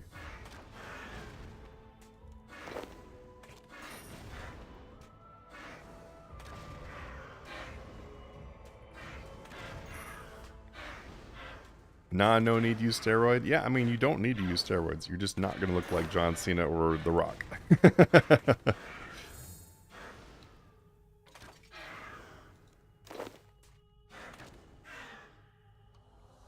I mean, you can definitely get a very, very, very good build without using any juice. Takes a lot of dedication, though. A lot of dedication. I've definitely seen some people where they're definitely 100% natural and had very good builds. But they're very rare on social media, though. I will say that. Definitely rare on social media. Almost all those guys that say they're natural, they're not. Nearly all of them say that they're natural, and they're nowhere near natural. Will you be doing Sanctum bosses when they come out? Maybe. What is the release? When is the release for that? It's really, really soon, I know that. I'm going to be completely busy this weekend, unfortunately. I have a show I'm actually doing. I'm doing a card show. I'm doing I've got 2 booths I'm actually doing on at the trading card show for the Rio Casino this weekend. It'd definitely be fun to do the bosses when they come out, though. I really like to get into flipping. I just feel like I'm always on the party late on flipping items. Catch the train late. If you're thinking about catching the train late or whatever, I think you're thinking more like about the people who are pumping and dumping or something like that, or doing investing. Flipping is more like, you know, you're flipping the item now. So you're never late. Because the time is always now to flip them. I'm taking a bunch of extra damage because I'm running reckless, but it's all good. We'll get the potatoes. So, like, you don't, like, flipping is not buying items, holding them, and making them go up or waiting for them to go up. That's not what flipping is. That's more investing, or for those people that do pump and dumps. We don't do any pump and dumps or anything like that in the Discord server. It's all about flipping the current prices, like the items for the current margins. So, like, if I go buy a Nox Scythe right now, I'm going to sell it right now. And I'm going to make money from that Nox Scythe. Like, I'll go flip the Nox Scythes, make 10 million a Scythe, and then I'm done with Nox Scythes. That's it.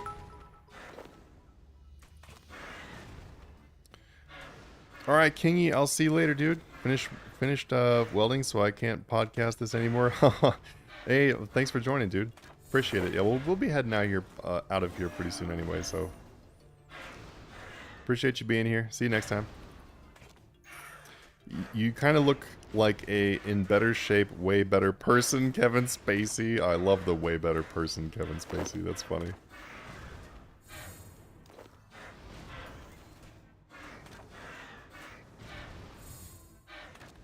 It really sucks that turns out that Kevin Spacey is most likely a terrible person. Because, like, I really love his acting in movies. He plays, like, the nonchalant asshole very well, you know? Like I don't know. He's got a very, like, power aura about him. Really sucks it turns out he might be a douche.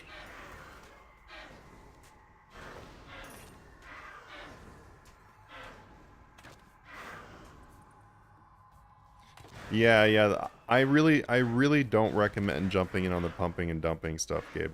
Especially, like, if you're using, like, the Ellie chat or whatever, those guys do that stuff all the time. You'll also notice, too, that most of the people... I'm not saying everyone who's in there, because there's a lot of people who just join it because they are looking for prices, they're looking whatever. I'm not saying that everyone in that server is this, but if you spend, like, 10 seconds reading through the general chat, you'll notice that it is basically like the incels of RuneScape. That is, like, their breeding ground. And it's all people that are... pump and dump, manipulating, selling their money, selling their stuff for real money. Like, it's ridiculous. Like, I don't understand, like, and thank goodness I didn't really have to even mention this much myself, but if you go through, like, the Reddit and stuff like that, you'll notice that, like, people just talk all the time about fake prices, manipulation, scamming, all that kind of stuff, and that's, like, all you get from groups like that. So I would highly recommend don't join in pumps and dumps, because you're just what will always happen is you will buy into something and then you're just going to get dumped on. Like, your chances of making money doing that kind of stuff is very slim. You want the consistent good money just by doing, like, normal flipping. And it's hilarious too, because I see my name in there all the time. So funny. I see my name in that Discord all the time. And it's always like, Manti Gaming's toxic. Manti Gaming sells gold. Manti Gaming, like, it's so fun. None of them know me at all, and it's bad, because if you read it for literally 10 seconds, you'll be like, you sure that Manti is the one that's the toxic one here? Like, they just say that stuff because they know that if they say those things, I mean, Pistols too has, like, he's like one of the most well-known scammers in the entire game is Pistols. You'll notice if you go through their announcements that they trash talked me, they trash talked Sudi, like everyone else basically, like saying that they're like, oh, they're real world trading, blah blah blah blah blah.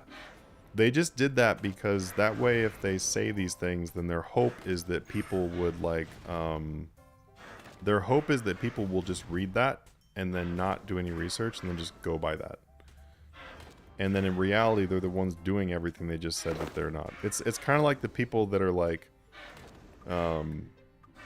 politicians. You have the politicians where like, we don't want corrupt people. We're gonna get rid of all the corrupt people, and it turns out they're like the most corrupt people there is. It's that similar kind of situation where they just try to point the finger somewhere else, but it's stupid. No, not in the Discord. Just a friend was telling me about it. Yeah, it's. I have quite literally had them come into my server, and because I called them out about fake party hat prices more than once, and they would come in the server and be like, no, I just want to say that, yeah, it was like a 2-week-old price and then some other crap. And I'm like, yeah, there's no way to justify you're posting fake prices or prices that are 2 weeks old and acting like they're today. There is no way to justify that. That's just an incorrect price. And you're posting that for people to see, and people are going to use it, and they're going to lose money. So it makes no sense. It's just very bad. I joined a few weeks ago looking for economy info. Yeah, I mean, that's the reason why. That's why I said, like, not everybody in there's a bad person or whatever. It's like, but if you join in there for a few minutes and you go through the general chat or whatever, you'll very quickly figure out who I'm talking about.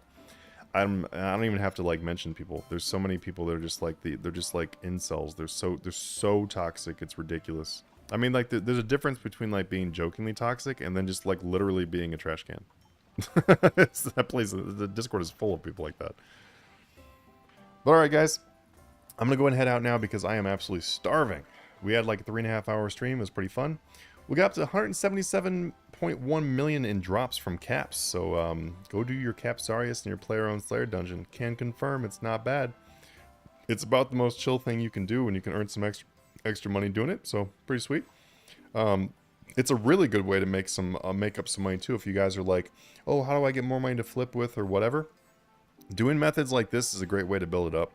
And, you can do like work on your computer while you're doing this. Like, it's super chill. I like stuff like this because it's just completely chill. It's awesome.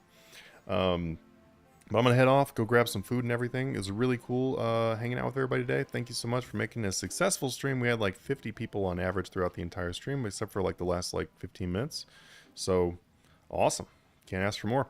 I'll see you guys in the Discord server. Also, too, remember, free trial is open for Flipmaster right now. So if you want to try it out, see what it's all about or whatever, just come in there, learn for a week if you want to, and leave. I don't really care. Just come check it out and stuff, and I'll see you guys in the Discord server. See you guys in the on the YouTube videos. Enjoy Your Food is the dungeon open for people to use. When I'm logged in, I think that it is open. I think it's open when I am when I'm logged in, yeah. All right, Kate, see you soon, dude, or girl, either one. I guess both can be dude, whatever it is. Thanks for the stream.